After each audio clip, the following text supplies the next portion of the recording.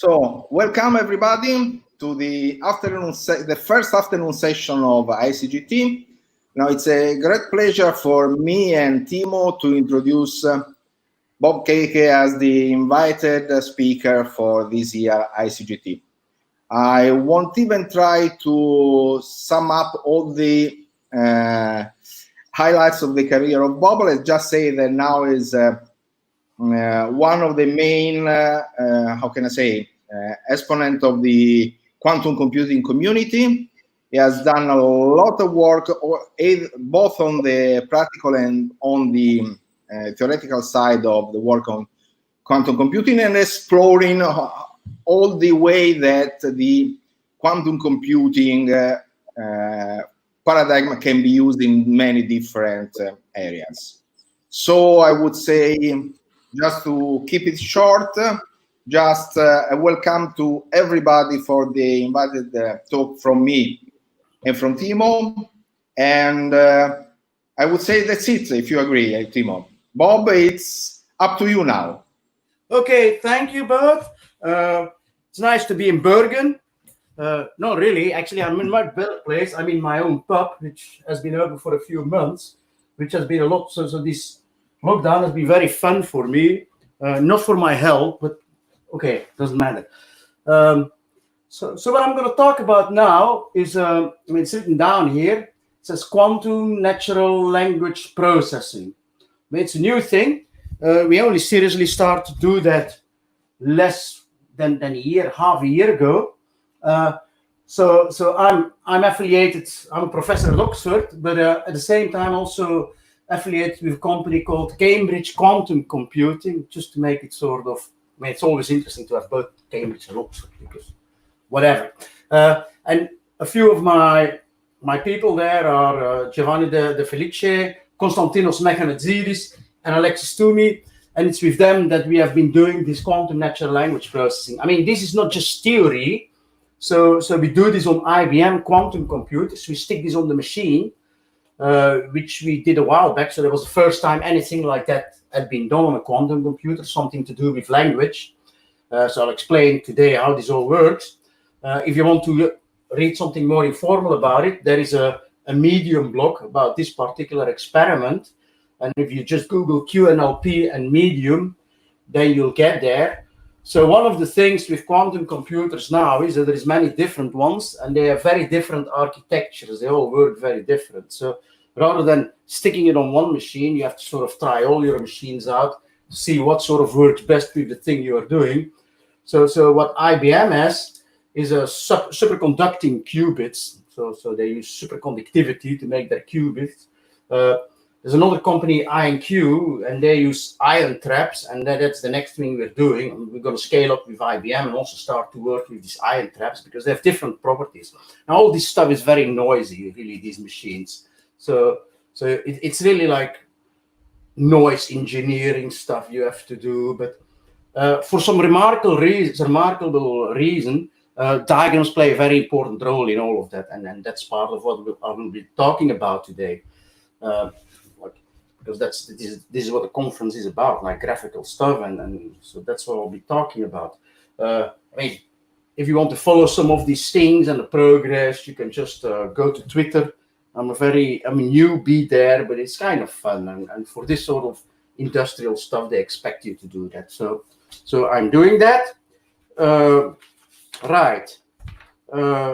Now, why am I talking about this here? I kind of already announced it a little bit, but we didn't make just use of one, but we made use of 3 different diagrammatic theories, graphical rewrite theories, whatever you want to call them.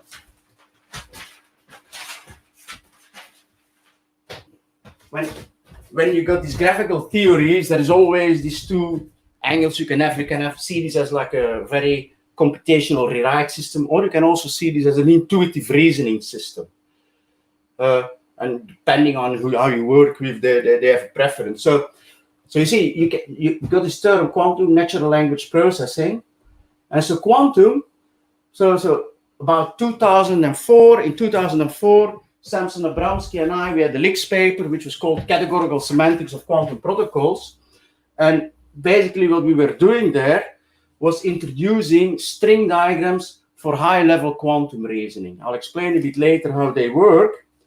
And okay, so this gives us a first graphical formalism for quantum computing, which we will make use of. I explain a bit about that. Then in 2008, with Steve Clark, who's now at DeepMind, and Mernish Alzadeh, who's now at UCL, we did a string diagram formulation of natural language. Now, people in the sort of semantics community are usually familiar, if they are at all, with natural language in terms of graphical, grammatical structures like Lambek calculi and things like that. So what we did here was actually trying to use these structural insights with what people at the engineering side in natural language processing are doing. Like they use vectors and stuff like that. Now, of course, it's all machine learning, but this sort of unstructured way of thinking about language, we wanted to combine this with the structured thing you learn from your categorical grammars, and this then ended up in a formalism, like which we call disco cat. Well, some people want to drop the cat from the name. It's again string diagrams. But now to reason about natural language. So and in particular, what it does, it makes the grammar interact with the meaning. I'll explain that how this works. It makes grammar interact with meaning, and it's able to produce the meaning of a whole from meanings of the parts. Like if you understand the words, you can produce the meaning of the sentence. Why would you do that? Because that's anyway something we do. If we hear a sentence for the first time in our life, and we understand all the words, and the sentence is grammatical, then typically we will understand the sentence, like in first order. And so there is a mechanism there that's doing that, and that mechanism is something which you can best formulate in terms of string diagrams again. Now, processing, so here we got quantum, we got natural language.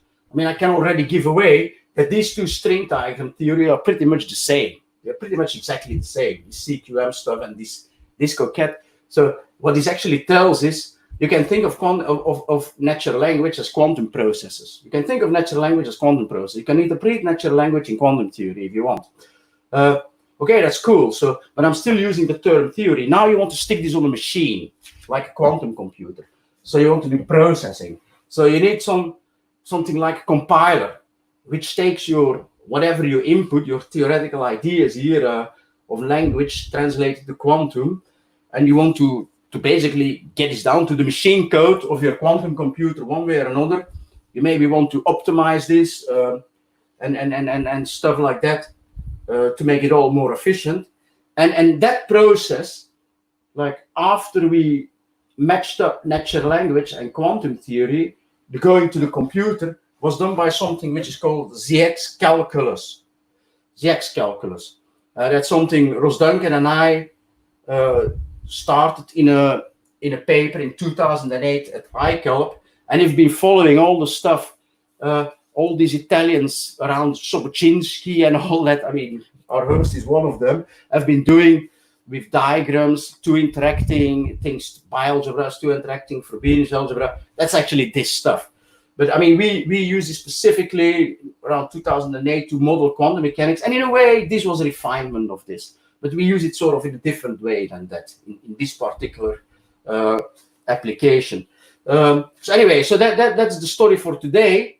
I'm going to talk about this briefly about these three graphical theories and how we make them interact to end up with something like quantum natural language processing on actual hardware. So actual machines. Right. Anything more I want to say here? I don't think so. So,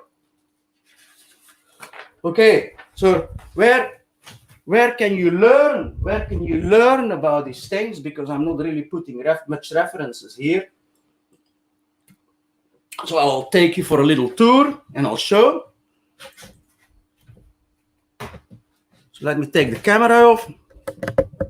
Like that. Whoa, does that work?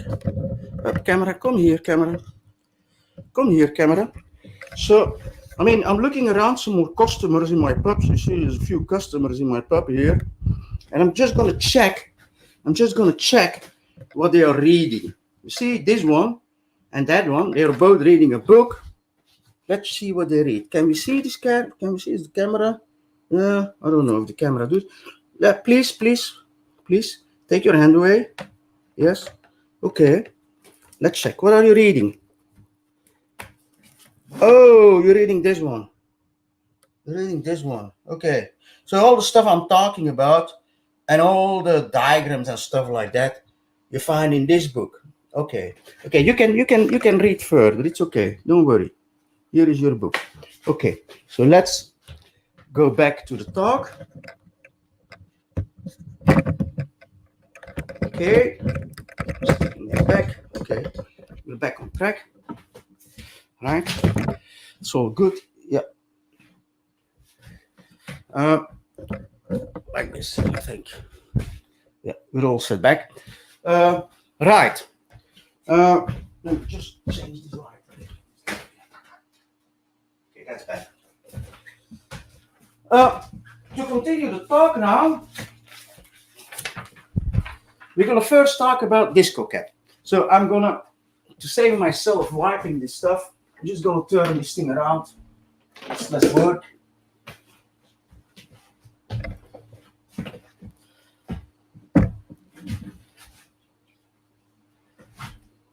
It's not really less work, but it's a bit of exercise. If you spend your time in a pub, 3-4 months, then you need to exercise as well. Right. So let's start explaining how these categorical grammars and stuff like that work. So I mean, the format we're going to use here goes actually back to Lambek. So I mean, most people know Lambek here.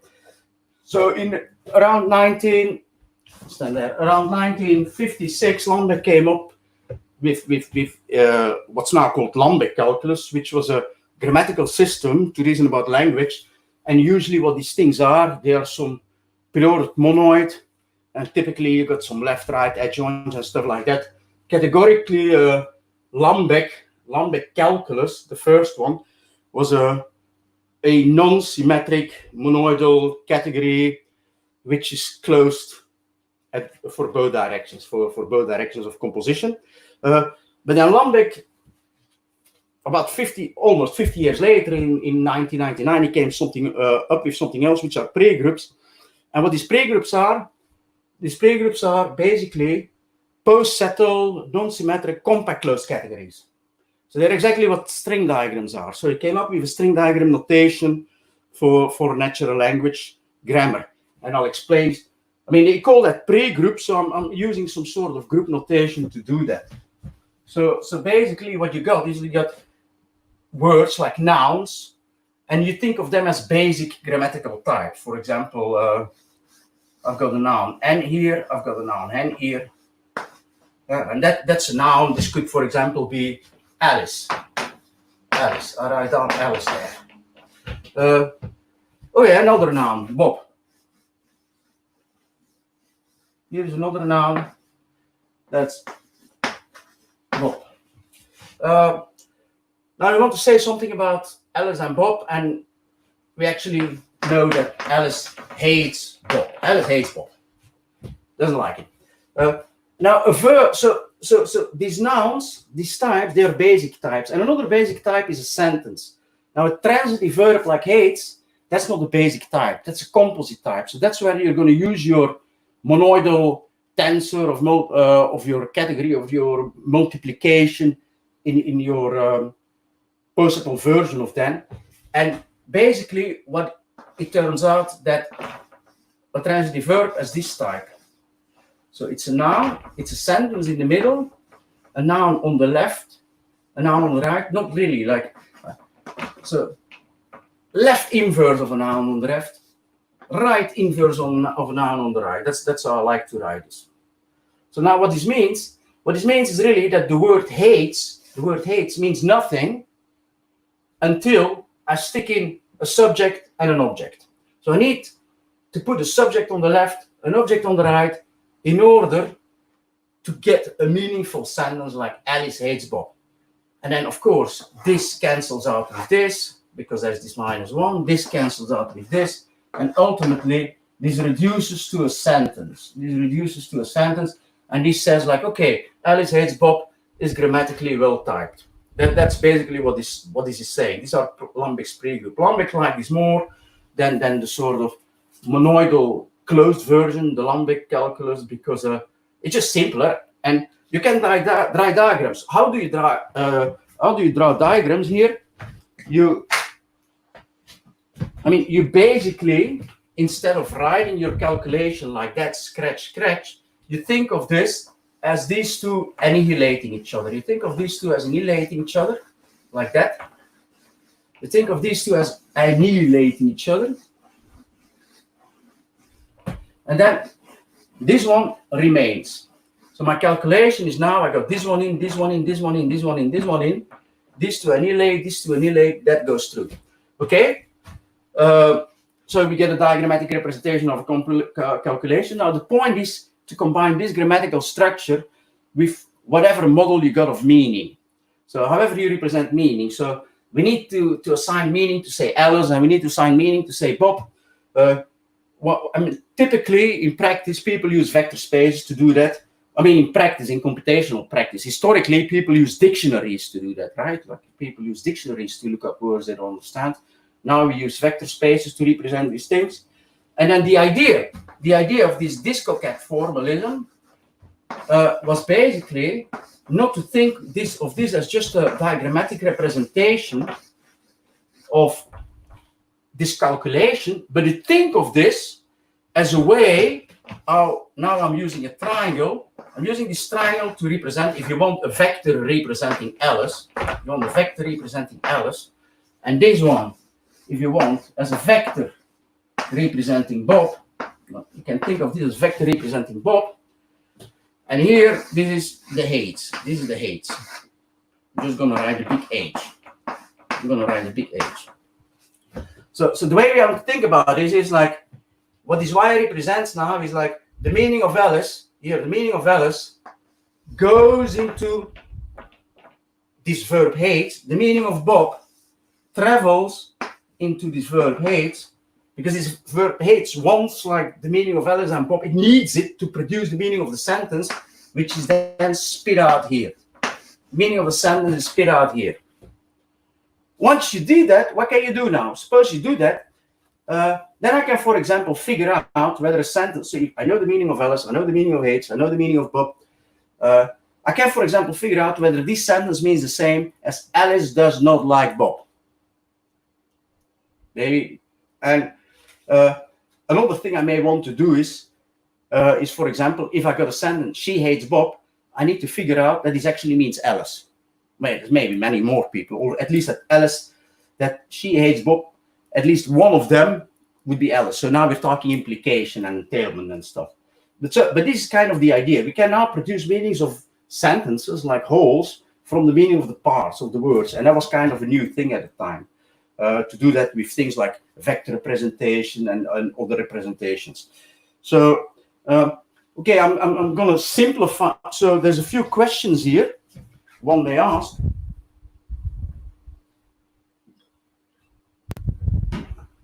And one of the questions, for example, is I start by saying this is noun type, so this wire will be a noun wire. I drew them the same. This is noun wire, this is sentence wire. So what is a sentence? It took us a very long time to get a good idea of what a sentence type should be relative to a noun type for a well-motivated reason. And then you could also ask, how do you build this weird vector, which is this big tensor now of n, tensor s, tensor n. So it's a big thing.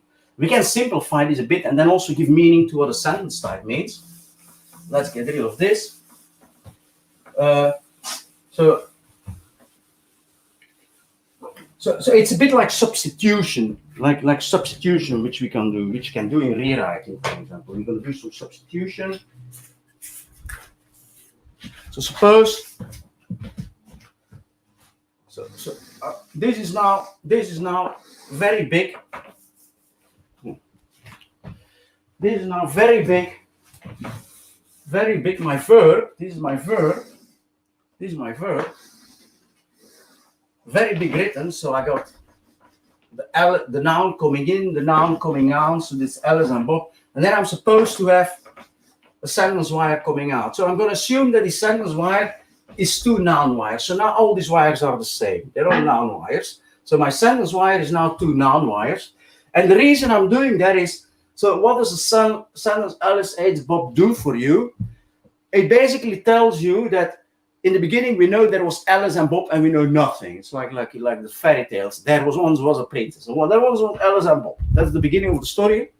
And then after the sentence, Alice hates Bob, and then Alice hates Bob. So we're actually establishing a relationship between Alice and Bob. And the way I'm going to do that, is I'm going to think of this. This is the Alice wire. So this wire of the sentence which comes out is again an Alice wire. I'll give names to it. So this is the A wire, this is again the A wire, this is the B wire, and this B wire comes from here. So this is the Alice wire, this is the Bob wire. So they flow through, and the verb, what it tells us, and I'm going to use a dot here, which you see a lot in these graphical theories. And I'm saying, well, we now establish, you can think of this as a correlation.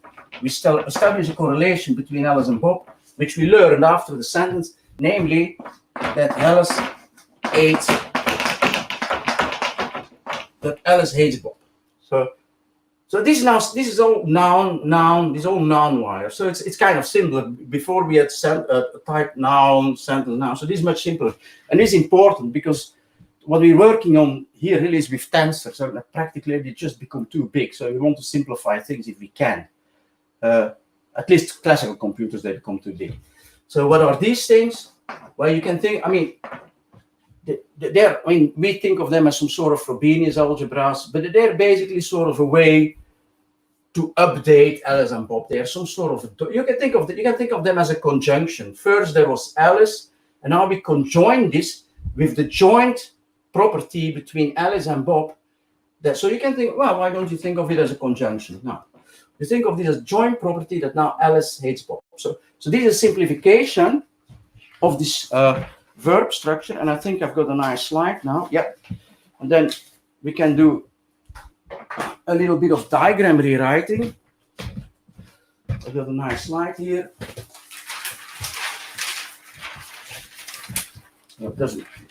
Do I have a preferred? Yeah, I think I want to put this on this side. Oh, I lose bits. Okay, I have to turn around my book. Okay, I'm going to put it on this side.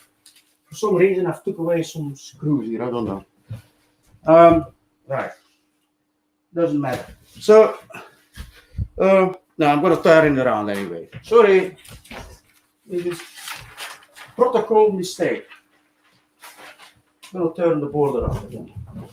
Not important. The reason I had to saw them off is, I don't know whether you can see there are guitar pedals hanging there above my board. On the previous talk I gave from here, I used guitar pedals as mathematical symbols. So I was hanging them in front of my board. But there you go. Okay, that's okay. So where did I put it down? Here. So this is a summary of what I was just saying. Here's a summary of what I was just saying to make it easy and not spend too much time writing stuff. So we had the sentence type, we had the sentence, don't fly away. Yeah, it's very hot here, so I got a fan on. Maybe I should put the fan on. So we have Alice, Bob, the verb in the middle, hates.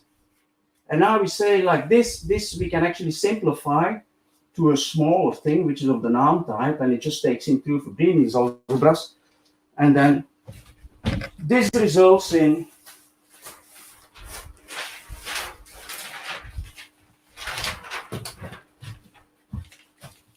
this. Don't care about the word optics here, but you can see that if you substitute this thing inside this black triangle, you got Alice goes to this dot, comes out, Bob goes to this dot, comes out. So you can then sort of, because these bots are, they're Frobenius algebras, you can just bend wires up and down as you want.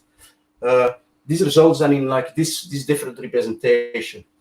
I mean, I call this optics because, I mean, I haven't talking about the quantum stuff yet, but this is something you can actually implement on an optical table. You can make like an optical table speak language, so to say, by teaching it, by implementing this diagram. I mean, you have to do this by hand. This is not like computational. You really have to do this by hand, like setting up the table in a certain way, but you can make an optical table do exactly this sort of processes. So then you read this from bottom to top. You prepare some states, then you do these operations. They call this fusion in optics. So you can actually do that on the table. Right. So, okay, let's now talk a bit about quantum, because I started talking already about optics. That's actually really quantum optics.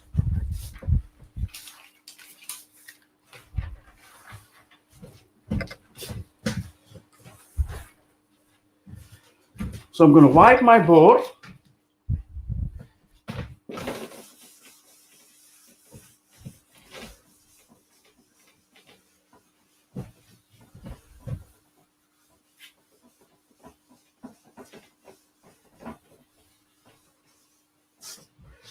I mean, ultimately, like I said earlier, these quantum diagrams are really exactly the same as these language diagrams I've been using. So I mean, people, starting with Dirac mostly, would write a quantum state as a Dirac kit. I mean, this is really just a vector in a vector space, or a Hilbert space if you want. And we in CQM, we just said, okay, we represent this by a triangle again. So this is how we represent a vector graphically. I mean, there's nothing much to it, but you can say this is sort of a Dirac notation where you sort of close these corners here, and then you rotate the thing, and then you get a triangle. So that was kind of the idea behind using these triangles. You use your Dirac notation from physics. So this is just a vector in a vector space. This is a representation of the state of physics, of a physical system. Now you got also superpositions. Which is basically the sum. So this is something which lives in the tensor product. So you take, and so maybe 0 and 0 are two basis vectors, and then you take tensor and then you write this smaller like that. Okay, and then you can do the same with 1, 1. And this you would then represent by something like a cup-shaped wire. A cup-shaped wire. Dirac also has something which they call bras, which are this one. And you think of this as dual vectors. You think of these as the dual vectors in the vector space. And these ones obviously are represented by the upside down picture. So that would be a cap-shaped wire. I mean, when we were talking about natural language earlier, and I said that I was using the cap-shaped wire, and you think of the words as living in a vector space, this is really what you're using. I mean, I can write this down. So for higher dimension, this would be something like sum over I. This cup one would be, I'm now going to use more mathematics notation, EI. These are your basis vectors, EI. And you just sum over pairs of basis vectors. And then this cap, if you want to really, this is kind of more like a component-wise in a product. So you start with two vector spaces and you end up with nothing. Nothing means like the field over which you're working. So this would then be a complex number. This is called what Dirac calls a bracket, because this is really when a state means in effect like a bracket, when one of these meets something like upside down, and then you get the inner product representation. Anyway, that's sort of how you think of these things in quantum mechanics. We got some more. We got some more there. So you can represent all this stuff graphically. I'm just going to write a few ones there down, which are worth mentioning. So we saw already things with a dot in the picture. So this thing, I hope I'm not standing in front of the camera. This thing and this thing, which are two I mean, if you want to think algebraically and co-algebraically about these dots or something like that, then this one is, for example, a copying operation. take the 0 vector and you map it to 2 copies of 0. You map 1 vector, you map it to 2 copies of 1. Now, the catch there is, this is not a copying operation on a vector space, because if you put any other vector here besides 0 and 1, you wouldn't get like a pair of, so psi and is psi, which is not 0 and 1, you wouldn't get a pair of 0 1s, because this psi would be the sum of these two with some coefficients, so the result would be the sum of these two with some coefficients, and that's what we call entangled. And that's that. And so if you just take the sum of these two, then you would actually end up exactly with this cup-shaped thing. So if you stick in here the sum of these two, you end up with this cup-shaped thing. So what is, and this thing really, so that's the catch in quantum. You can't really copy things there. You can only copy if you fix your bases. Now, what is this thing? That's some sort of merge operation where you get 2 zeros, you map to 0, you get 2 1s, you get 2 1s. And like I indicated before, quantum opticians can do that sort of stuff. It's something you do in quantum optics regularly. Anyway, just to say that all these things I've been drawing down in diagrams, they actually have nice interpretation in Hilbert space. And that the result of saying this is then that all this language stuff can be interpreted within quantum mechanics. And you just follow the book which I showed with Alex to do that. Let me, where did I? Okay, I'm going to go back to my old picture, and I'm sort of doing that now. Where I put this picture? I think I put this here. Yeah, okay, let me take it to this one. Just to, so I introduced this diagram. I introduced this diagram as a language diagram, but I can also give an interpretation of it in physical terms, you know. I can think of this like as some sort of generalization of what's called quantum teleportation. So what's quantum teleportation? You got a state here at Alice's side. Forget for now about all the Bob involvement here, like all so this wire is gone and this is gone. Right? So you got Alice here, and one way or another, we want to get Alice to come out there. So you can think of these as two agents. So let now be here is Alice and this is Bob.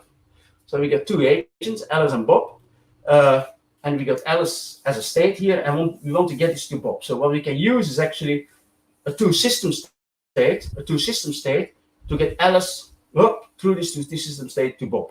And this can be done typically over a large distance, and that's what people call quantum teleportation. So, but just looking at this language diagram, I actually can interpret in quantum teleportation term. Now, to exactly get Alex there, it's clear that here you just have to use the cup state. You know, you just stick a cup here, and then Alice just will come out at Bob's side. Just to say that you can actually think of these language diagrams really in physical terms. But okay, so that's exactly what I was saying before. That this language and this physical structure, they have the same.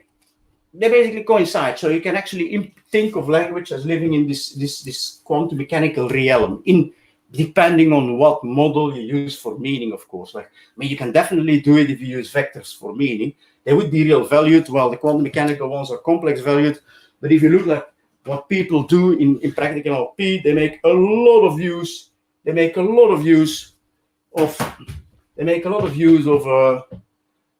complex numbers to do all kind of tricks. So they're already there, and we got our own ideas where they come in.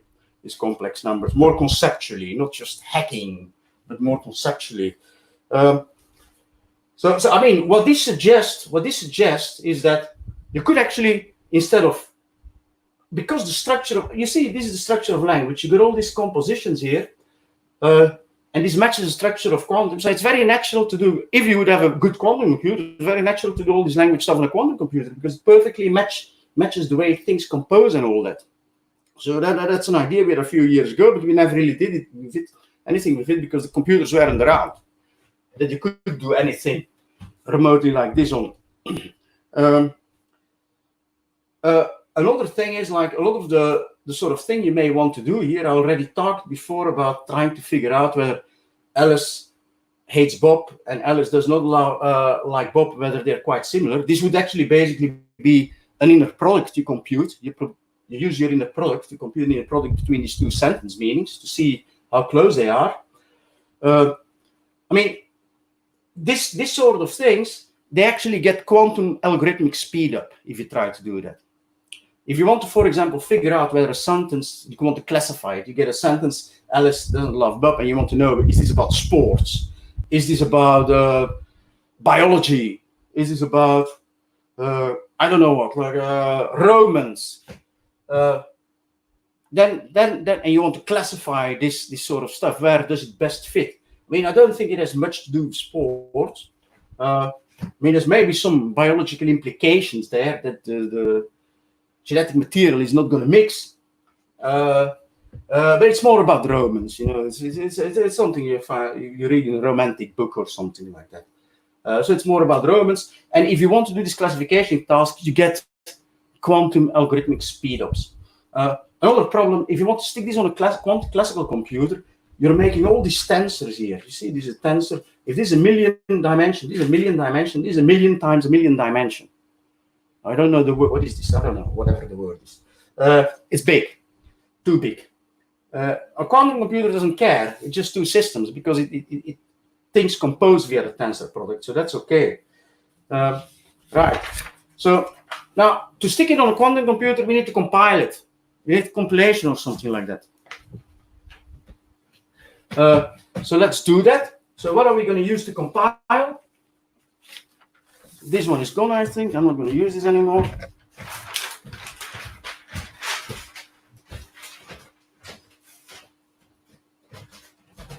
To compile,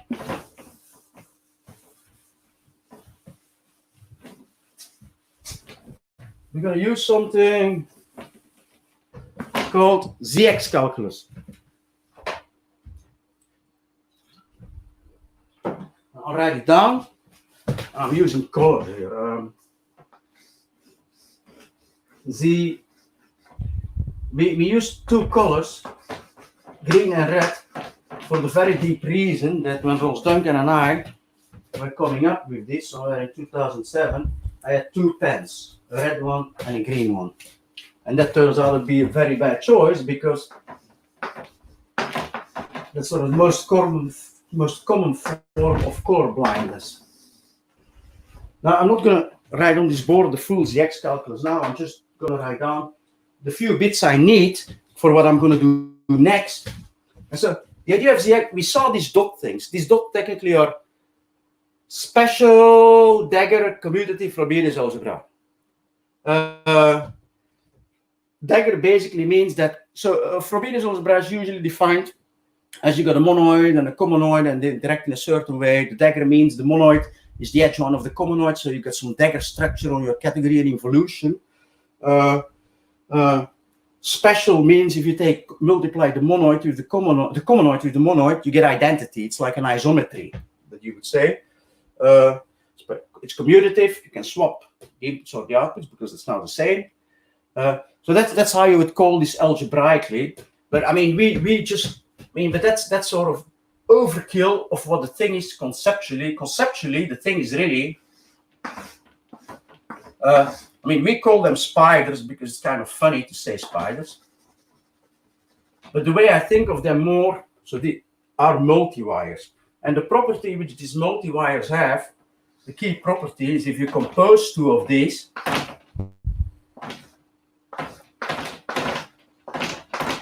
this could be multiple in the middle, then you get another one of these. You get another one of these. So they fuse together. Now, if you think about what's the most important property of a wire, well, that it has two ends. A wire connects two ends. And if you connect two wires together, you get one wire, which again has two ends. So you start with one of these multi-wires or spires. You connect one of, they have many ends. They have many ends. But you connect the ends together, doesn't matter how many, you end up again with a multi-wire. So I think that's the best way to think about it. And then the symmetry tells you that you can flip them upside down. You can swap the legs. It all doesn't matter because it's a multi-wire. So all the algebraic properties are here. That's sort of what I was talking about before. You can think about these things as a rewrite system very formally about the rules you need. You can also think about this thing intuitively. And I think these diagrammatic structures have maybe an even bigger role to play in making mathematics intuitive and less symbolic than they have in the sort of rewrite community. I may say something more about that. So the key thing about ZX calculus is that you don't have one of these, but you got two of these. You got two of these. Call them red and, they're red and green. We say Z and X, because in physics, if you think in two dimensions, they correspond to what people call the Z and X observables of say, a qubit or whatever two-dimensional quantum systems. So they correspond with the Z and X observables.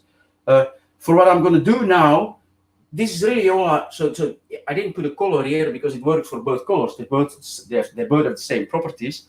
And for what I'm going to do now, you actually don't need anything more than this particular fusion properties, which apply to green and which apply to red. You can't mix them up. Then this doesn't work. Like it applies separately for green and red.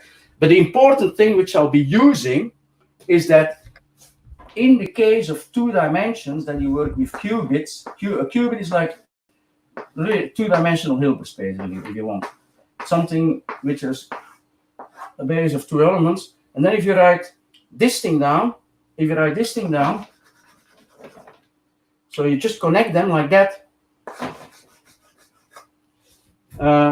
This is a C0 gate. Then you get a C0 gate. And then you're at the point of things which, like the quantum computers I was talking about, like the IBM one and the IonQ one, and also the Google one, they understand that. They understand what a C0 is.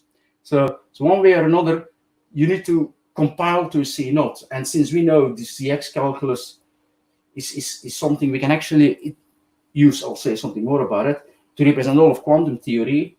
So we can then use it and the sort of properties which it has to actually convert whatever we had into gates like C0 gate.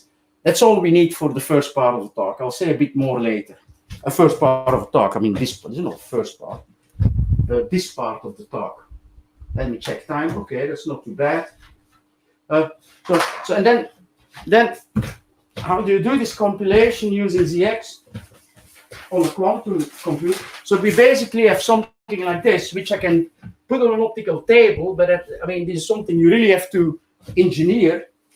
And now we want to stick this on a quantum computer. And these quantum computers, they're based on circuits, so they have a few primitive gates. One of them is the C0. So we actually now have to turn this in a gate form, and that's how you do it, for example. You see this green dot here, that's this green dot. This green dot here, that's this green dot.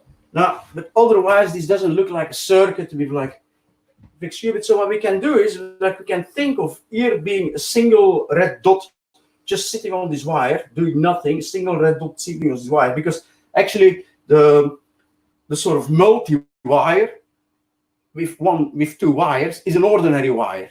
So I can just stick a red dot here, I can just stick a red dot here, and then I pull one out here, I pull one out there, and now the whole thing has a circuit form. What I did with this verb is, in the transitive verb in the middle, or this bit of transitive verb, is I bended one leg down. Oh no, I bended this leg down. I bended this one down to give it this sort of input-output shape. So I bended one leg down to give it this input-output shape. So you go from this to that. I got another example here, just to show that these. I use these dots to represent a transitive verb inside, like to make transitive verb simpler. But these dots also have other roles. For example, if you got something like a relative pronoun, like who, then it's very natural to use these dots too, to actually encode the meaning of the word who. You're not going to use statistics to infer the meaning of the word who. Again, this is something you can do on an optical table and all that. Now, that circuit, it's a bit simpler actually. So if you want to say the noun phrase, she who hates Bob, which we then, if our system works, should figure out, it happens to be Alice, like if the computer knows enough, we should figure out that it's Alice. Okay, we have she here, there's a green dot there, something comes out.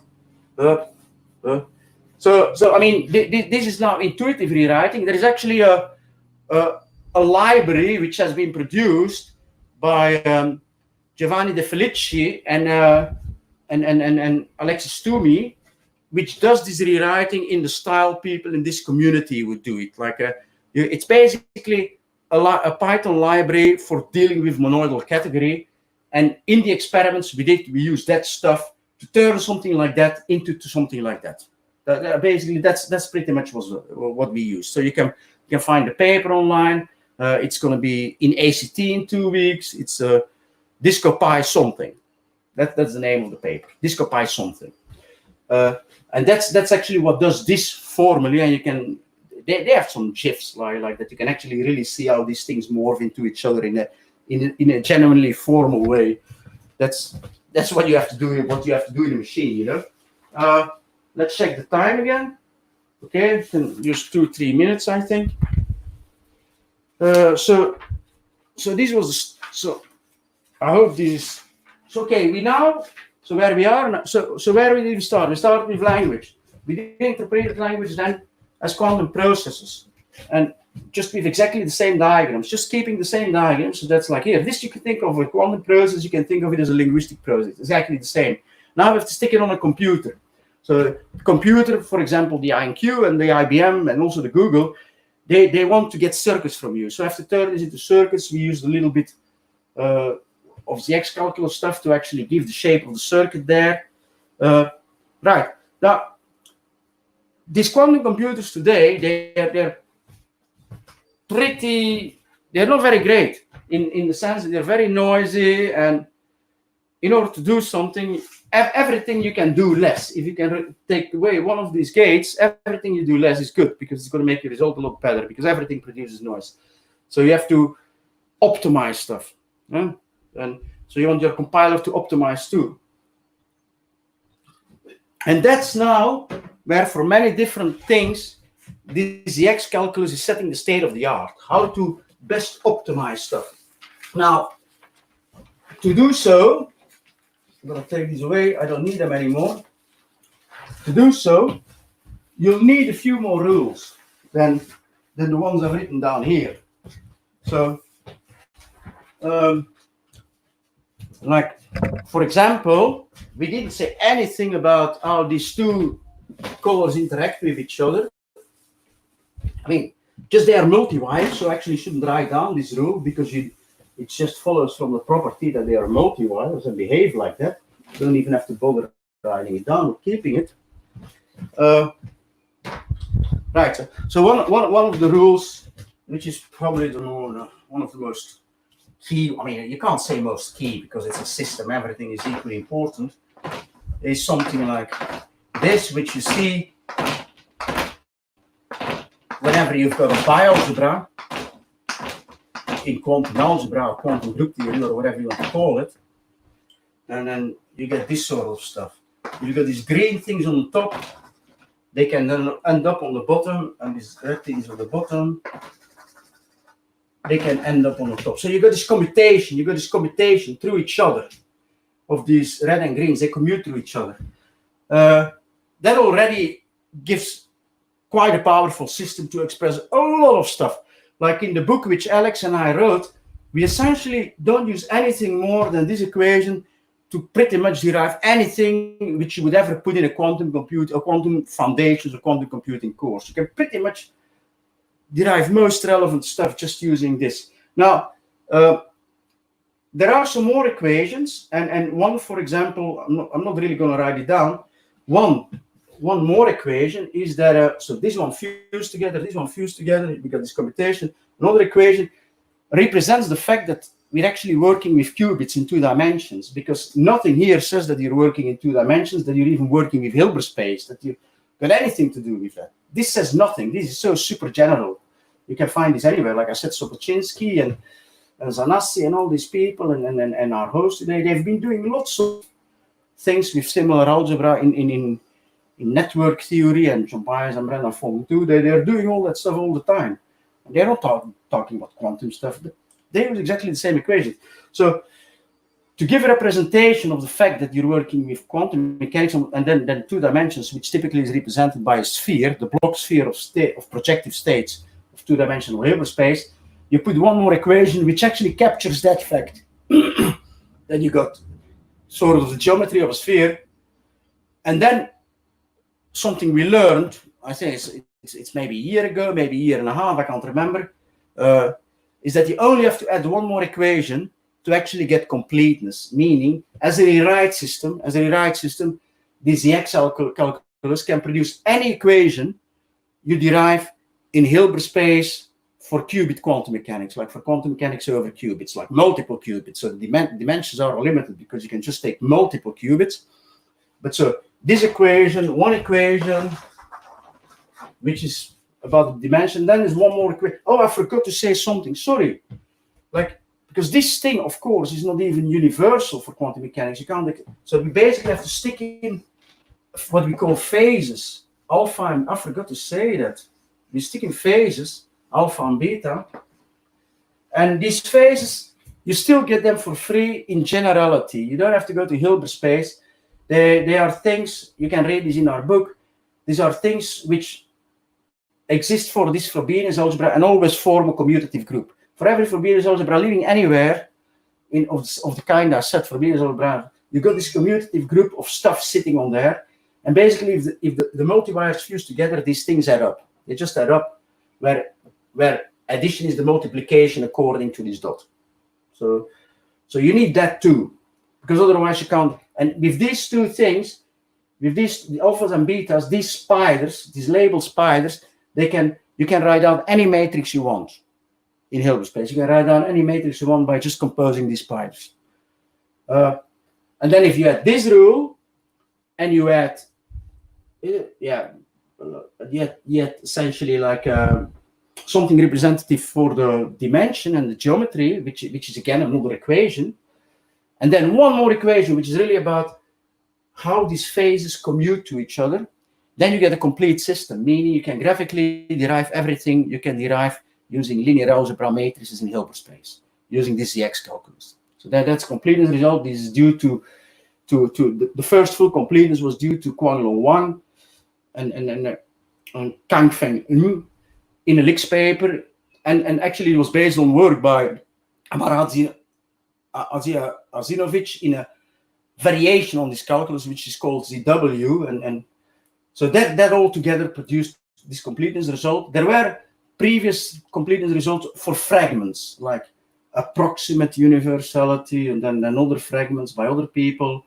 I mean, you can find all these things easily and online. These are all Lix papers. If you go to Lix, like all this stuff is now Lix stuff, because of this completeness stuff.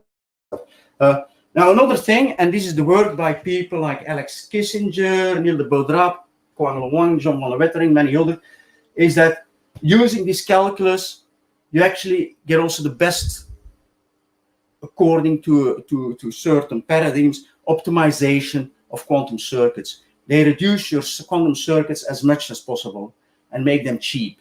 So again, you use that in your compiler to implement them on the small quantum computers we have around yet now. So, okay, so you do all of that. Anyway, our experiments were so small that it wasn't really that important to reduce much. But what we did then is we used all that stuff I talked about. So we taught the quantum computer some stuff. We taught him some facts using language. Then we asked the quantum computer some questions, and the quantum computer did very well. So we did question answering. That's what we did. I'm not going to go into details of the protocol we did. It involved some machine learning to act, because it's actually very hard to get classical data on a quantum computer, and there you use some machine learning stuff, which seems to be for the moment the way to go with these things. You're actually learning variables in certain circuits, and they encode the meanings. So you actually learn the meanings on the quantum computer rather than establishing them classically and then putting them on. And I mean, the thing worked. So okay, that's what we did. And the key thing is we used these 3 different graphical theories to get there in a very crucial way. I end here. There's nothing more I have to say, I think. Yes, I said everything.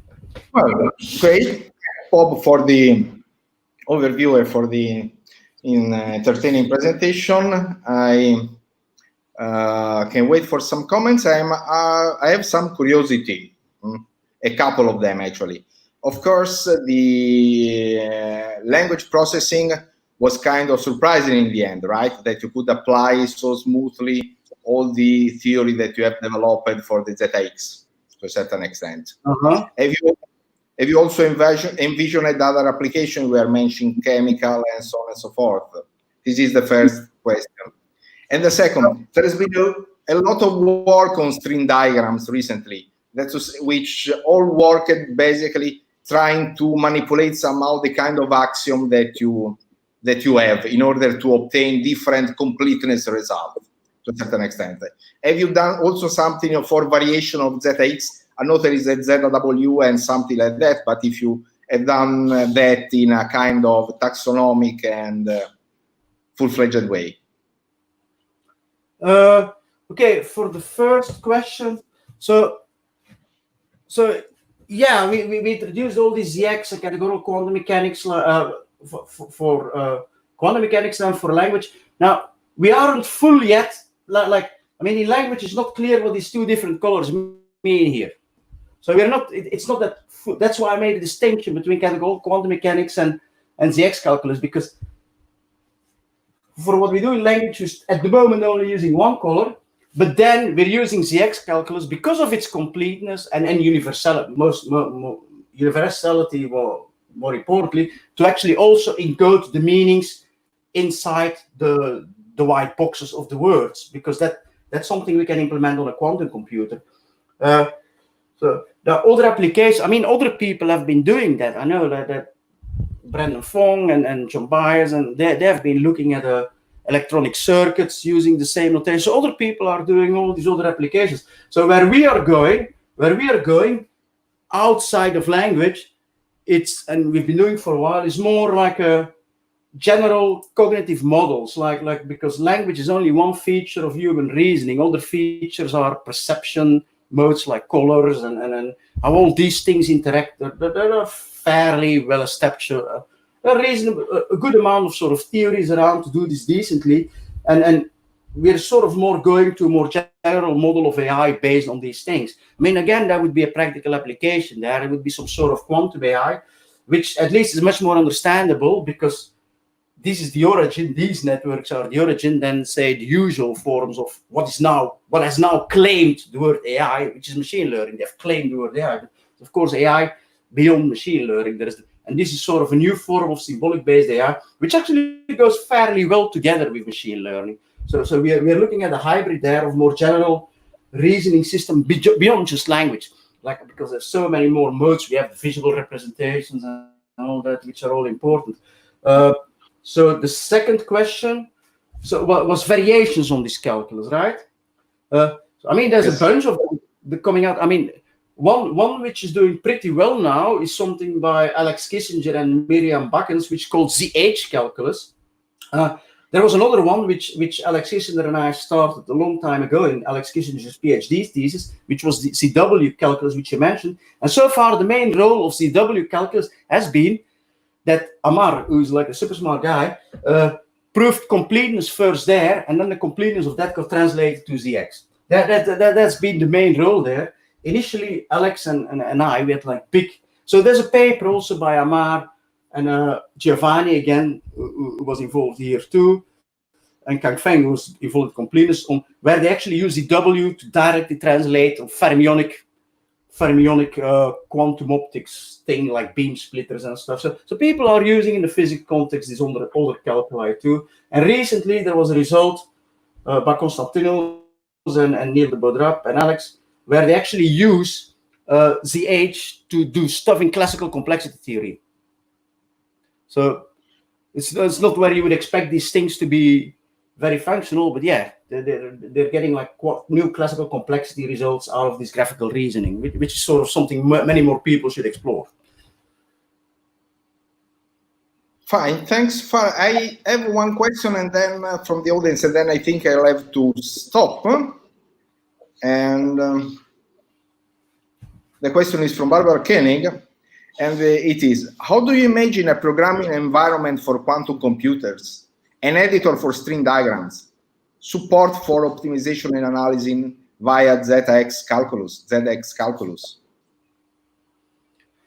Yeah, I mean, there's a place in the market for that, obviously. No, I mean, personally, I think the programming environment should actually use these diagrams, because that's a little bit I was telling my story now, and I don't know whether people are, because I know in CQC Ross Duncan is there. You would have expected him to be the person to lead like a programming environment thing like that, but he's busy with other stuff like general implementation. And there are a bunch of softwares around which do this compilation, of course. And there is Quantumatic, which is like a software where you can actually play with ZX calculus and this sort of diagrams. But as a programming environment, I haven't seen that yet. I mean, nobody really has, and it's sort of obvious that somebody should go there. A thing we are doing, which is in a way I find related, but then the dual to programming, is that we just wrote a new book, which is thin, which is for kids, and we're going to make kids read this book and then make them solve like exam level questions in quantum mechanics and show that kids can actually do this using this stuff. And that's then more towards like, this is actually a better way to learn stuff, not just to do the computation better, but and the semantics better, but this is a better way to actually for kids to learn physics and all these other fields. So I've got a big belief that mathematics in the future may look very different from the symbolic stuff we're dealing with now. I hope. It's easier for me. Indeed, that's something which is, for example, a very typical things of Pavel Sobocinski about the graphical linear algebra. Okay, so exactly. Bob, many thanks. Really a virtual clap for your presentation, and thanks. And now we have to switch to the other section without any coffee break. I'm sorry for that. And very well. Thanks. Thanks again for the.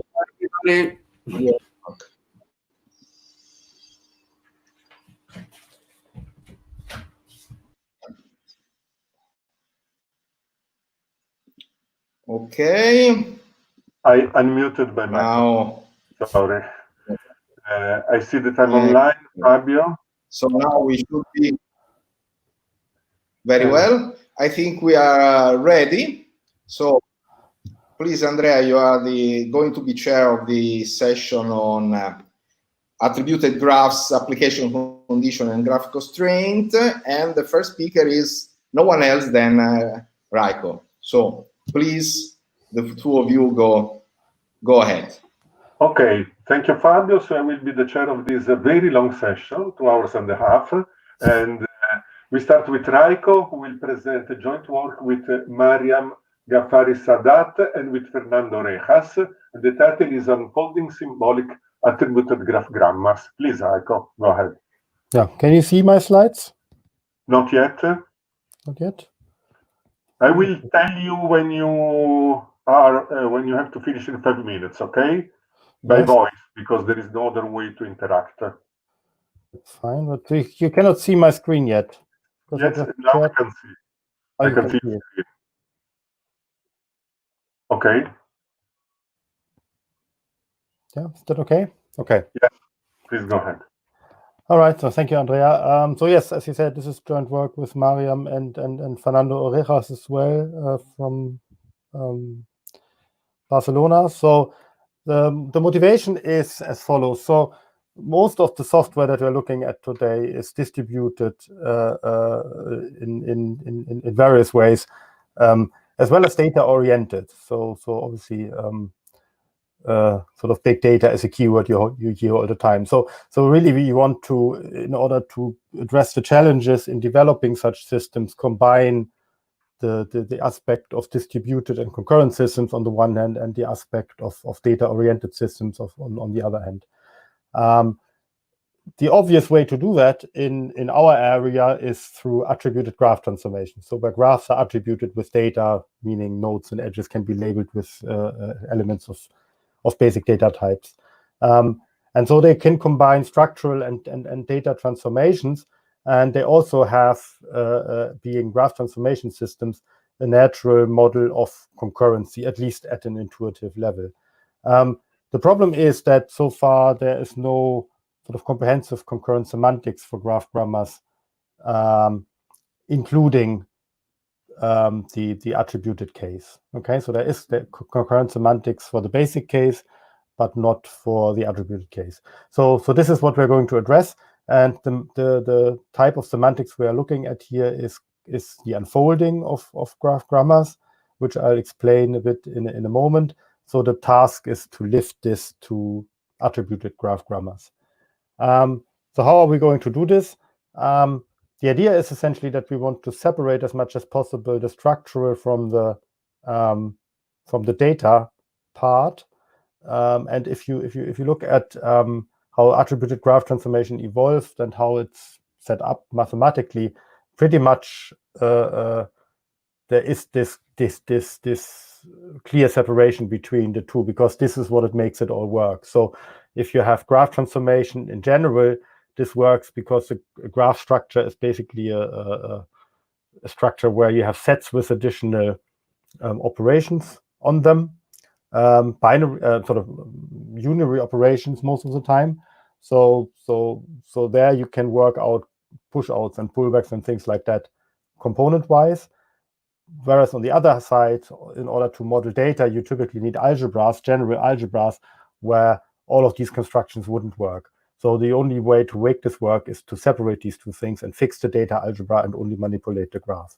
So we're keeping to that, but we are lifting this to another level, essentially using this approach of symbolic attributed graph transformation, where the connection between the attributed the graph part and the data part is provided in a syntactic way, in a symbolic way, so by means of equations, essentially. Okay, so in general, the behavior of attributed graph grammars is more complex, as you may imagine, in terms of their concurrency than for sort of ordinary graph grammars. So normally you have causal dependencies, for example, or conflicts, because rules create and delete nodes, for example, in the graph, and if two rules, for example, want to delete the same node, then only one of them can do it. So they are in a conflict, or if one rule creates a node and the other rule uses that node, then they are in a causal dependency. With attributes, there are some interesting features that we want to be able to consider where this is not necessarily the case. So, for example, it can be that one rule updates an attribute, and then another rule updates the same attribute, and you still, I mean, you would think, because if you're rewriting that attribute, that they would be fixed in that sequence, but maybe because if the attribute operations are commutative, the end result is the same. Maybe you want to also consider these exchangeable. Yeah, so there are some additional features and questions that arise from adding attributes and data in particular. There's also an additional challenge with attributed rewriting that has to do with infinite branching, as we see here. So basically, as part of the matching process, you can choose an assignment, and if the assignment isn't constrained strictly enough, you basically may have an infinite number of matches that you can apply a particular rule to, and that leads to infinite branching computation. So you want to avoid that as well. So that causes problems for analysis, of course. So as I said, the solution to that is to treat attribution logically by what we call lazy symbolic attributed graph transformation. And I'll give you a sort of a very quick tour on what that is, without really being able to give you full definitions. So look at this example here. We'll talk about this more in a moment, but escrow basically is a service that sits between, let's say, a buyer and a seller in a sales process. And the idea is that they sort of act as an intermediary in order to keep both parties honest and basically protect them from fraud. So it's quite typical if you're buying a house, I think, to use an escrow service where you pay the money into that escrow, and then only when the house is actually, when the move actually happens, the money is paid out or something like that. So you see a type graph here, which has, no, sorry, that is the type graph here. You see the escrow service as a whole. You see widgets. So this is the thing that you want to buy or sell. You see users that may own these widgets and may buy or sell them. There's a contract here, and there's a wallet because you need to pay. Okay, so I'm not going to explain all of that example, but just to give you a general idea. And of course, these are all attributed graphs. So there are attributes here. So for example, stake factor here basically refers to a stake that you have to pay in order to enter into a contract, and that you will get back when the contract is successfully completed. Okay, so now if you're looking at how this is represented, for example, in this instance graph here, you see this is an instance of the escrow, and it has a stake factor 2 of 2. So this is an attribute, stake factor, and 2 is the value. So this is represented here by an attribute link. So there is a link of type stake factor, the name of the attribute, which goes from the escrow node, from this node here, to a data node that represents the value 2. Okay, so that's the idea of attributed graph transformation more generally. Now, in this particular version of symbolic attributed graph transformation, the link doesn't go to the actual value, but goes to a node that represents a variable x, as you can see here. And then there's an additional constraint that expresses syntactically that the value of x is 2. Okay, so you get another level of separation that basically allows you to basically have a syntactic representation of the attribution. So these graphs with attributes and links and variables are called e-graphs, so they are well known in the community, I hope, at least to people who have been around for a bit. So then if you look at rules, I mean, an obvious rule here to consider is the one that basically allows the potential seller to, well, essentially to post their intention to sell something, to offer something.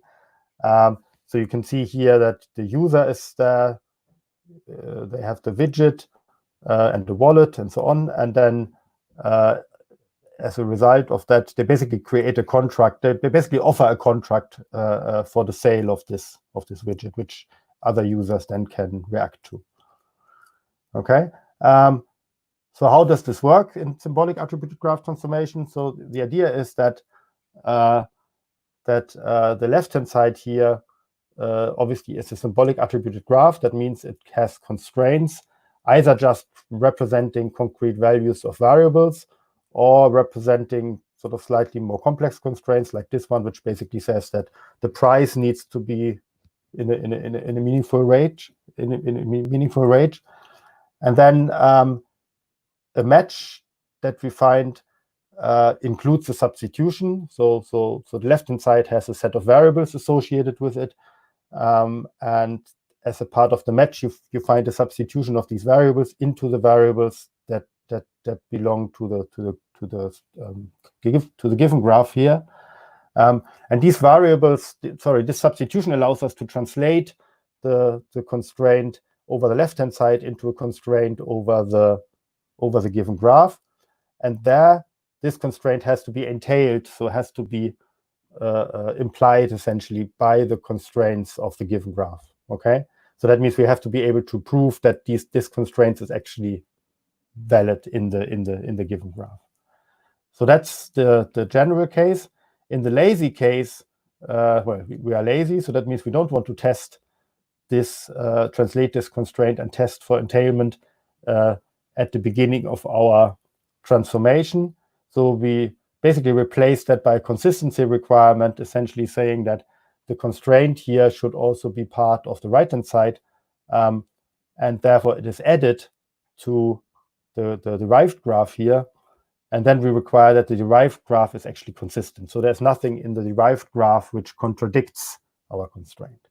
So that sounds like it's slightly different from the first requirement, but the nice thing is that for grounded graphs, that means for graphs where every attribute has a fixed value, you basically have enough equations that tell you exactly what the values of your attributes are. These two are equivalent. Yeah, and so that gives us this lazy flavor. So rather than checking, we basically add constraints to the graphs and then just require that they are consistent. So this is all laid out in several papers by Len and Fernando. So I hope that little bit of intuition is sufficient here to give you an idea of what we're dealing with. So now back to the escrow service. You probably can't read the full details of these rules here, but in general, as I said, it's a process, it's a service, a smart contract that sits between seller and the buyer basically in a sort of trading scenario.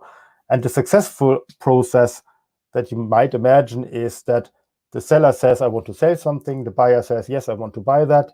Then you have some kind of delivery, and then the buyer acknowledges that the delivery has arrived, and then and that everything is in order, and then the scenario concludes successfully, and everyone gets their true reward and their stakes back, etc.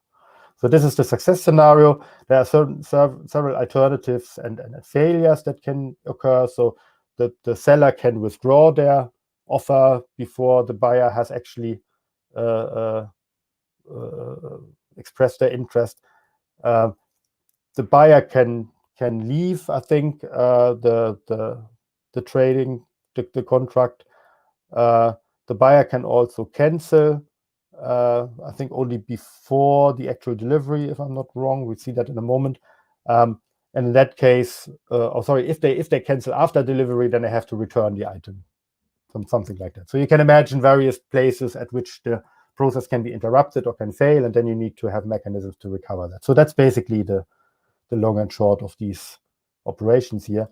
And you can see that there's a lot of calculation with attributes going on. So that's essentially the point here. So that's the problem that we want to solve, and we want to consider the unfolding of that.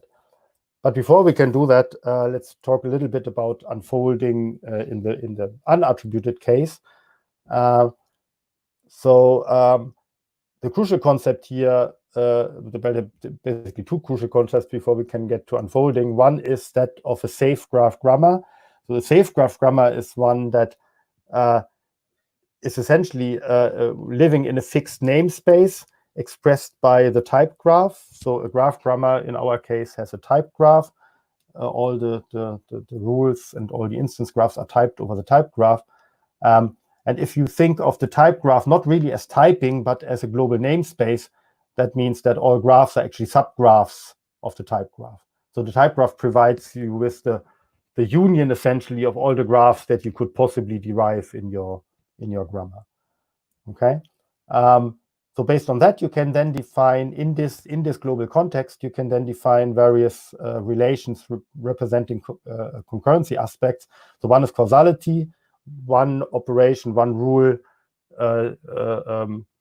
is required, needs to be applied before the other. So to enable the second one. One is asymmetric conflict, which means that if two rules occur in a certain computation, then they have to be in a certain order, because one would otherwise disable the other. So for example, if one creates something, one rule deletes something that is used by another rule, then this is okay as long as the rule that deletes whatever is required by the other rule happens after the other rule. Okay, so in that order it's okay. In the other order it wouldn't be okay, because then the second rule wouldn't be enabled anymore. So you define these relations, and then an occurrence grammar, which is the second important concept, is a safe grammar where the partial order and the asymmetric conflict relation satisfy certain properties. So the partial order, the causality is in fact a partial order, which means that itself it is acyclic, for example, and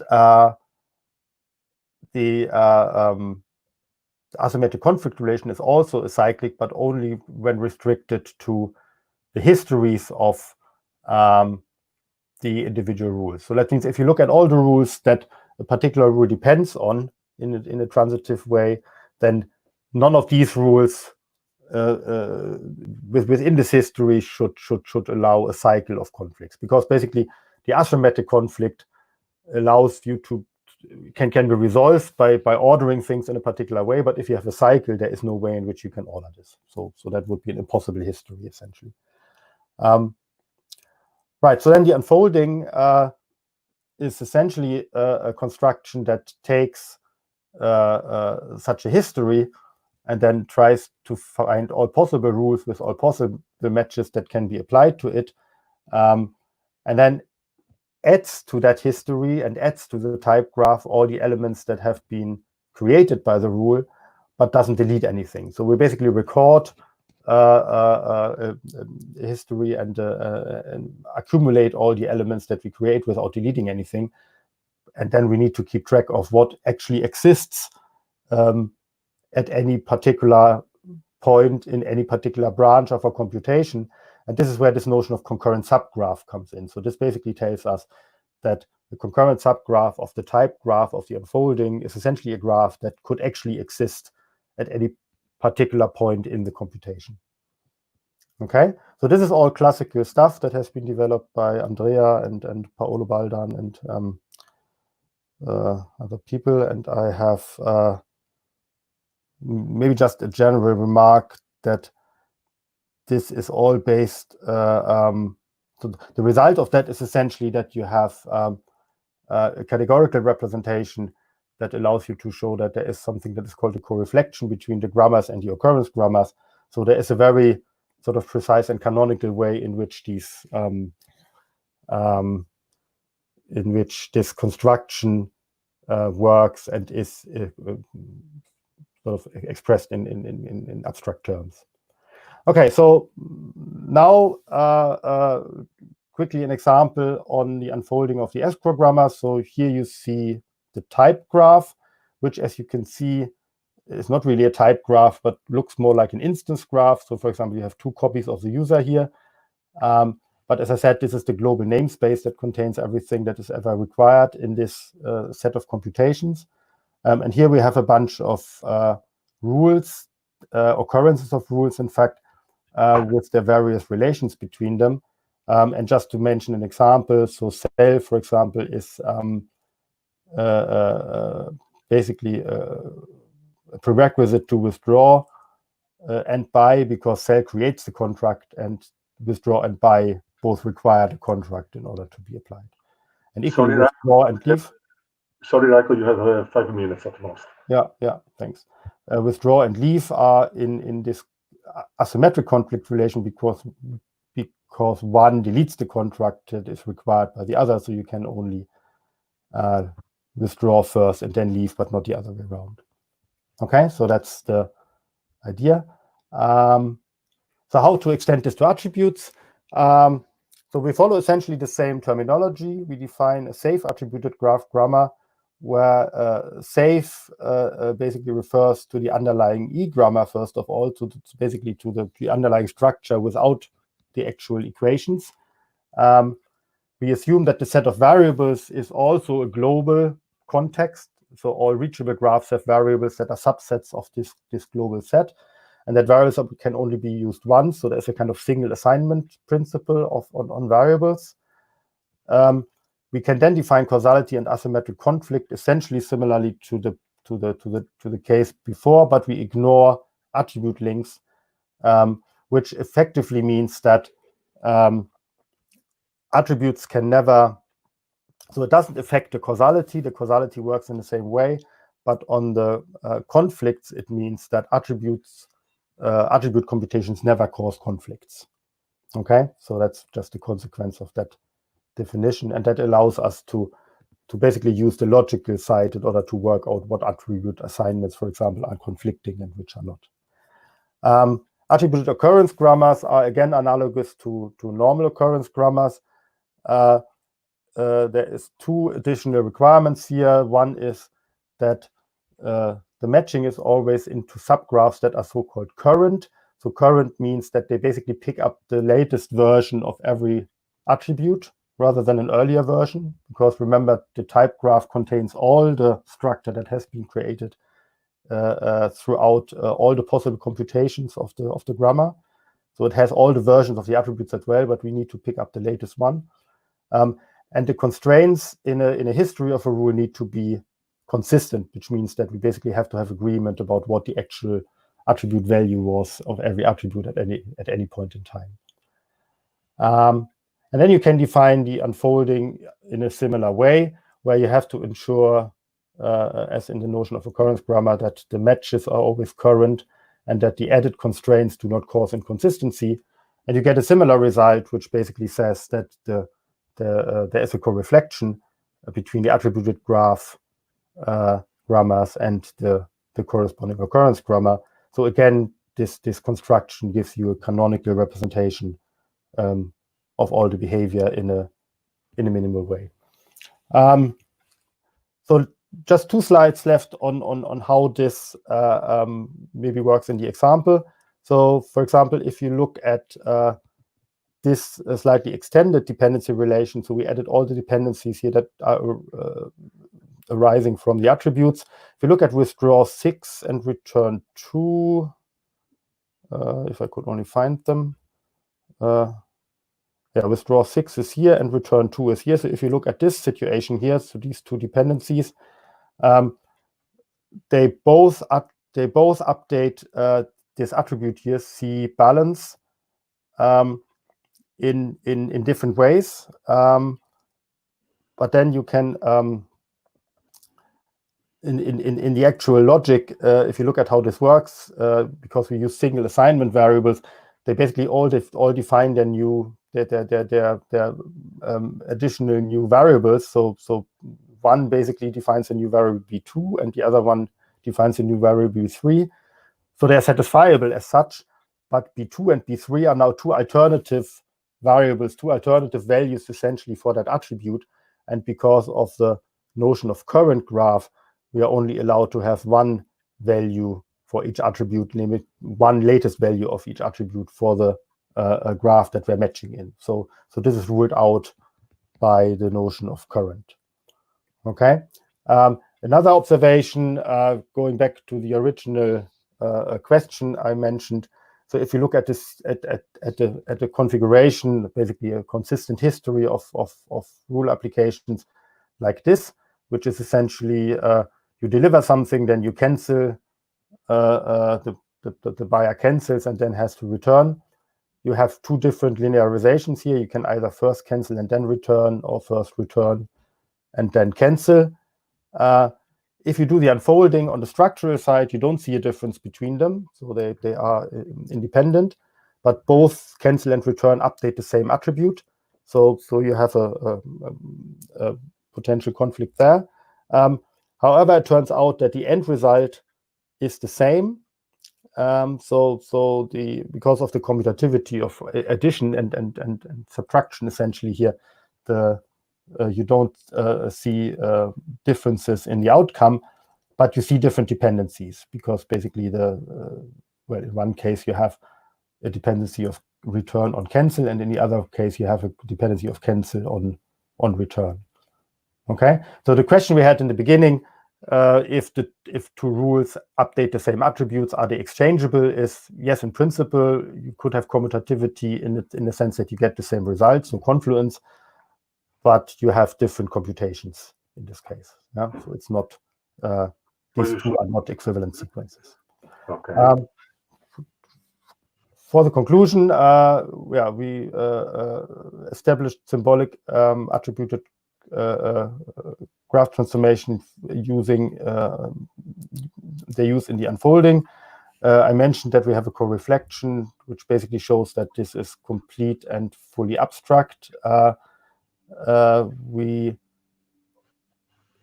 I insisted on this separation of structural and attribute computations, which is important also for analysis purposes.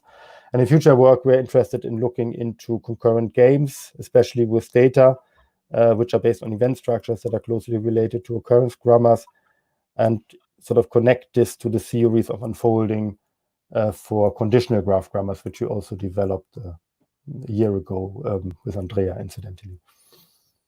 Okay, that is what I... Thank you very much, Ralph. If there are questions from the audience, please write in the chat.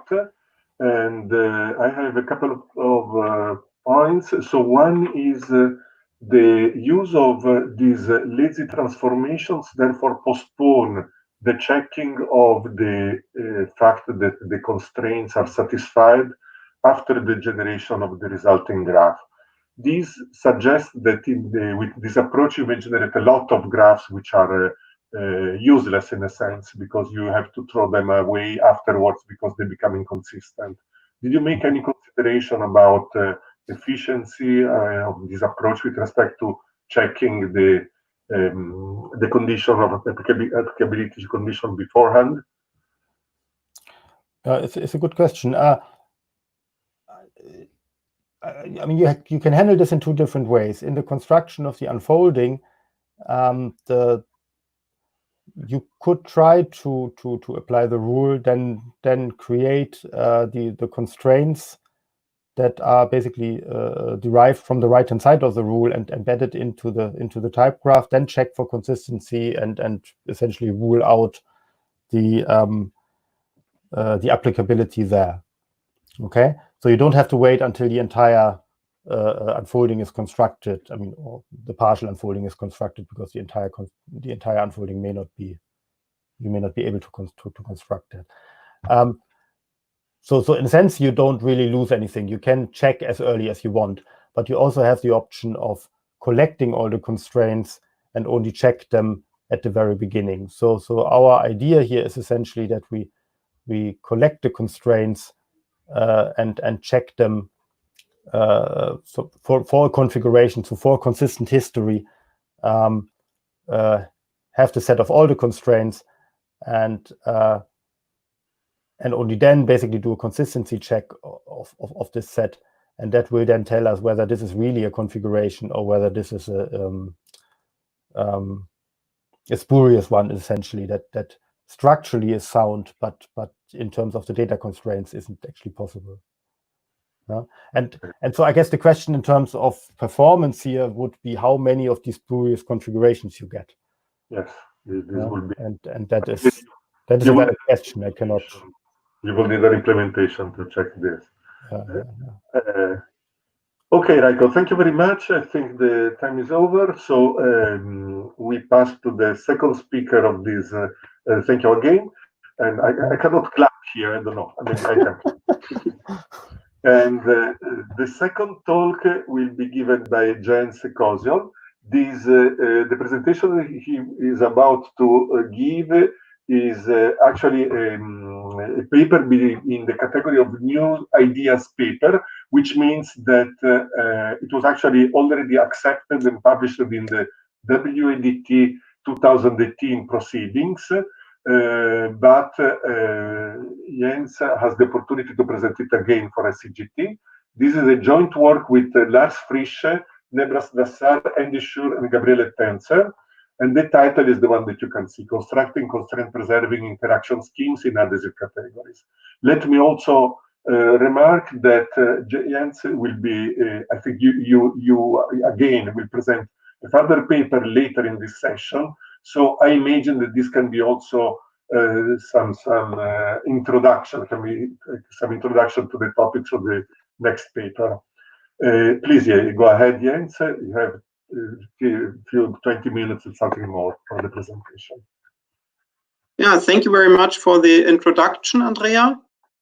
As you already mentioned, as you already mentioned, this is a new ideas presentation, and it was first presented at WADT 2018 and published in the post proceedings of the workshop last year. Well, consistency preservation during graph transformation processes is quite an important topic. And we are trying to achieve this in a new way.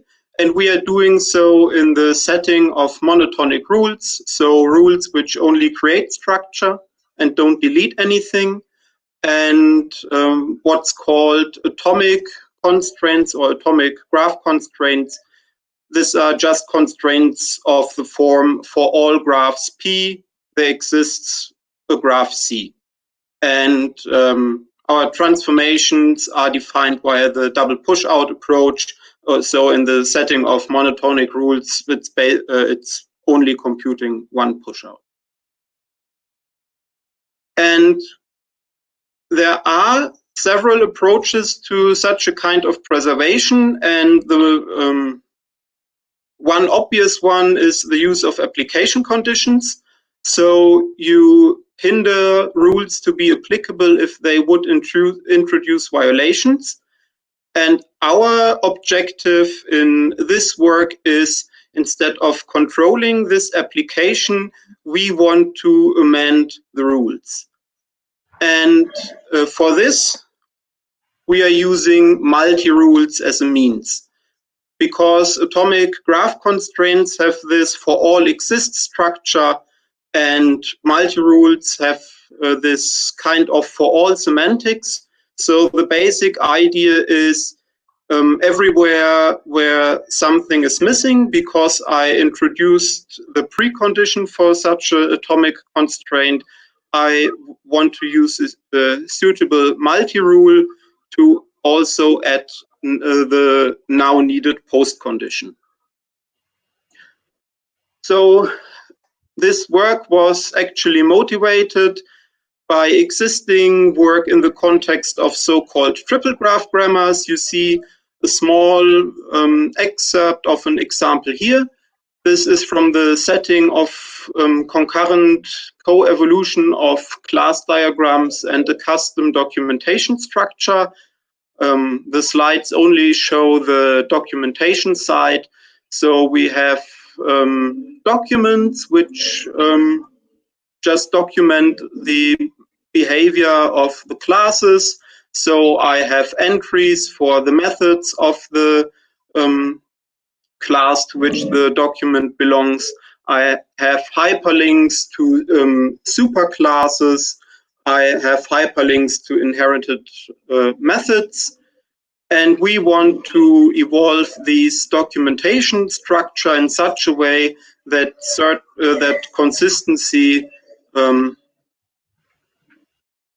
prevails throughout.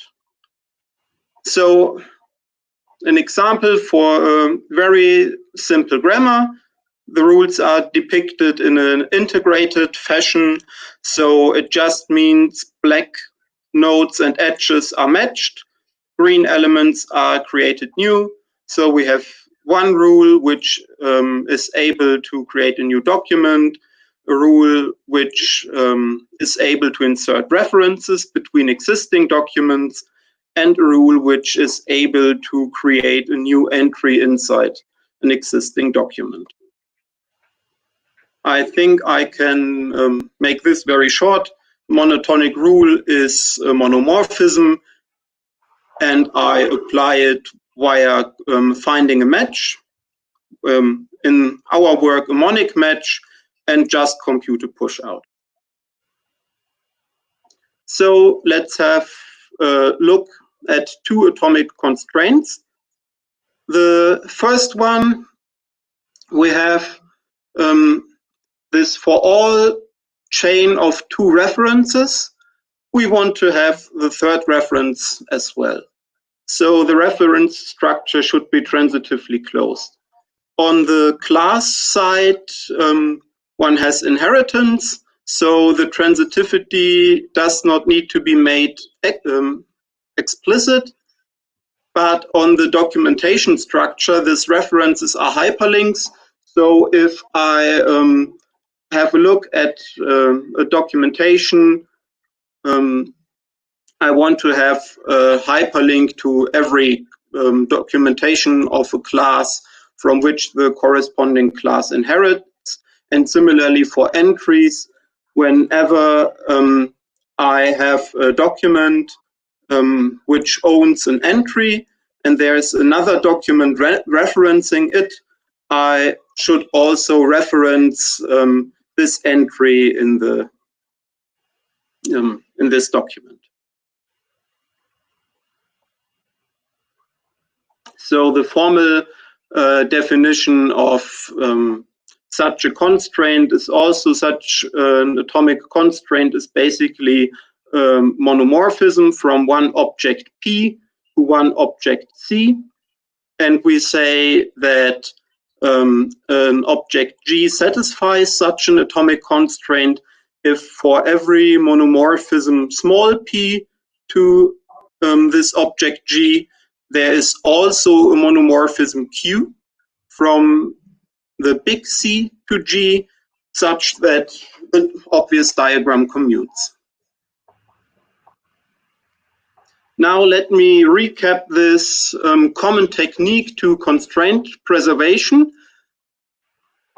I am given this rule for creating an entry, and I'm given this constraint, which says this ownership of entries should be propagated. And what's quite common is to automatically compute some kind of application condition, not necessarily the one which is shown here, which says, okay, as soon as the doc to which I want to add this entry already is referenced by a second doc, do not apply the rule, because otherwise the constraint will be violated. I will have this precondition of the constraint. I will have a doc containing an entry. The doc is referenced by a second doc, but the reference for the entry is missing. But clearly this would mean that I have to first develop the complete reference structures between, I first have to know all entries which I ever want to have in my documents before I'm able to create references between the documents, and that's not really practical. So instead of saying our rules should not be applicable in certain situations, we want to add actions so that we automatically repair the violation. So instead of having this rule with the negative application condition, we want to have that rule, which if there is a second document which references the first document, we also create the then necessary reference. And of course, we don't know if there is such a document, and we don't know how many. We have to do this for every existing one. So we use multi-rules. I use this clean star to denote objects which are to be matched as often as possible. So we apply this rule, creating the entry once. We collect all referencing documents, and we also create this then needed reference, which is necessary so that the constraint is satisfied afterwards. And of course, we don't want to do this by hand, but we are interested in automating this procedure, and of course in such a way that we have correctness by construction. So it should really preserve validity of the given constraint. The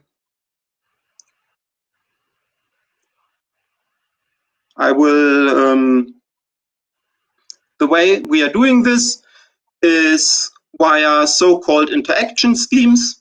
An interaction scheme is a kernel rule, here called R prime, and then you have what's called multi-rules, which means R prime is a sub-rule of them, and these multi-rules have some additional action performed above that of R prime. So they can be embedded into this, the kernel rule embeds into every one of them, and the semantics of their application is applying the kernel rule once, so the basic common action, and extend the match of the kernel rule as often as possible for all of the multi-rules, and apply them as well, as often as possible. And formally, that's a certain co-limit. Now, our central idea to automating the construction of multi-rules like this is, if we are given such an atomic graph constraint and a monotonic rule, we calculate all possible ways in which an application of this rule may create a new image of the precondition P. And for each of these ways, we complement the rule with an additional rule that creates the missing structure. So this extend extends the newly created image of P to an image of C. And then instead of applying the original rule, we apply the arising interaction scheme. For this, how do we calculate the different possibilities? The different possibilities are intersections between newly created elements, this R minus L, and categorically we formalize this as the context object of an initial push out. So in graphs, this is you compute the difference on the node set and on the edge set, and then you add the minimal amount of nodes necessary so that you get a graph again, so that no edge dangles. So in this case of rule insert reference, it's the right-hand side of the rule itself, and we compute intersections, so formally pullbacks, certain pullbacks with the precondition. And in this case, we have two of them for each reference edge one. And so we make sure that the intersections really make sense. They should really include an item which is newly created. We formalize this also categorically. The intersection needs to be able to stem from a rule application.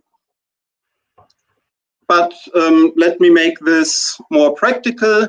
So we continue this example. We have this rule, the constraint, and have chosen one of the intersections. Now what we want to do is, at the place where we created this new occurrence of P by introducing this reference, we also want to repair. We not only want to create P, but we want to create this necessary graph C. So we use, along this intersection, we glue the right-hand side of our original rule and the graph or object C, which we want to create. And this will become the right-hand side of the multi-rule. So this is the newly created reference.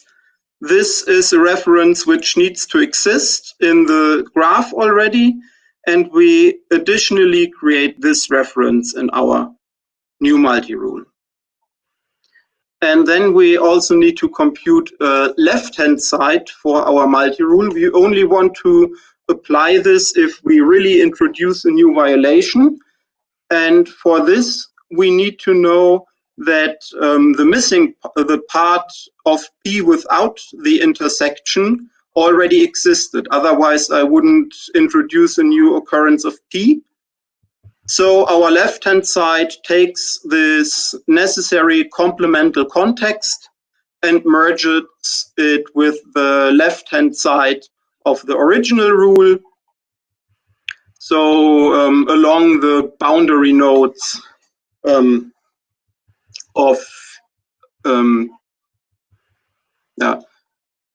in this case, along this doc2 node. So these two objects will constitute the derived multi-rule. A reference already exists.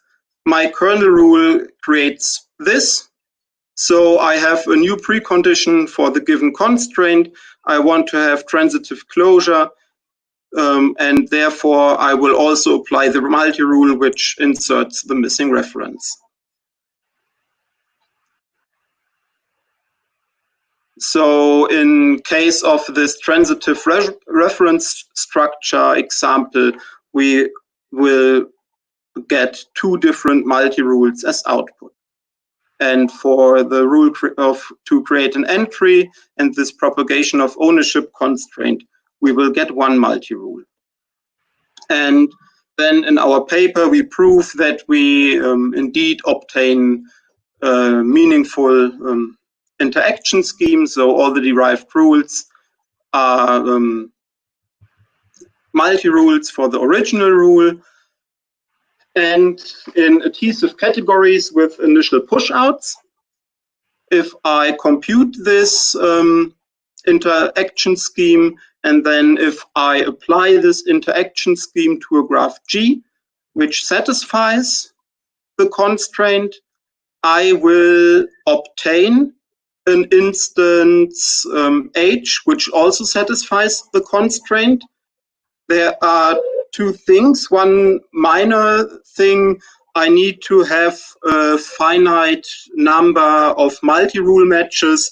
Then it's guaranteed that the co-limit which defines the application of the multi-rule exists. So, but this is not a big hindrance to practical applications, because on finite graphs, that's always the case. And a more interesting problem is that we also need to make sure that every of the multi-rules,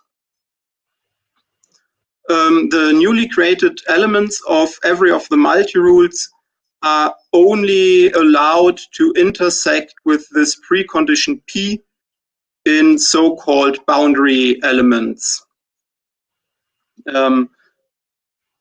which means they are not allowed to be able to again create a new occurrence of P. I will skip this idea of proof and just give an example of the for the problem. If we apply the rule which creates a reference at this match, our multi-rules, the derived multi-rules, will create these two, but now I have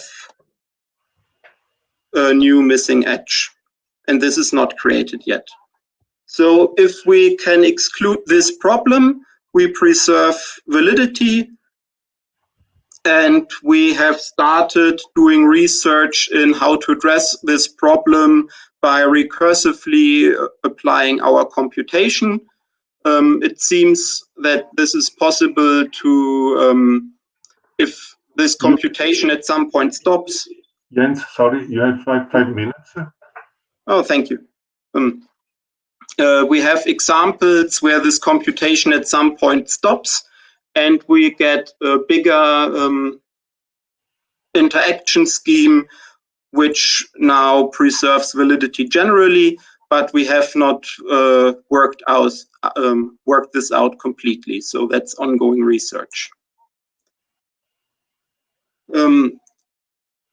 Additionally, we show a certain minimality of our construction. So every of the multi-rules we derive is needed. And we adapt our approach to also guarantee constraints. So repair existing violations by also allowing for intersections where no newly created element is part of the intersection. You can find more details on this in our paper. So hopefully we motivated the use of multi-rules for means of consistency preservation. It's possible to, you don't need to stop application by application conditions, but by changing the action of the rule, you can perform the action you wanted to perform and still preserve consistency, at least in this specific setting. We formalized an automatic construction for our interaction scheme in the setting of adhesive categories and for monotonic rules and with certain kind of constraints. We showed the correctness of our construction and how it preserves validity in a restricted setting. And we are interested in support for more than one constraint, support for non-monotonic rules, and maybe other forms of application conditions, and to extend our work by completely formalizing this recursive application of our construction. So Thank you very much for your attention. Thank you very much, Jens. And maybe you can put me live, Fabio. And okay, if there is any question from the audience, please write in the chat. There was a question at the beginning by Ugo Montanari. Ugo Montanari asked if in your work there are analogies with constraint programming. Can you comment on this, Jens?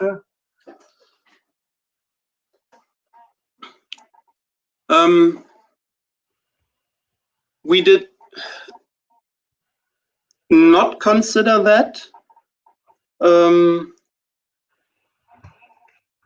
I mean, basically, I don't know that much about constraint programming, but I think there's very often some search procedure in the background to find valid models.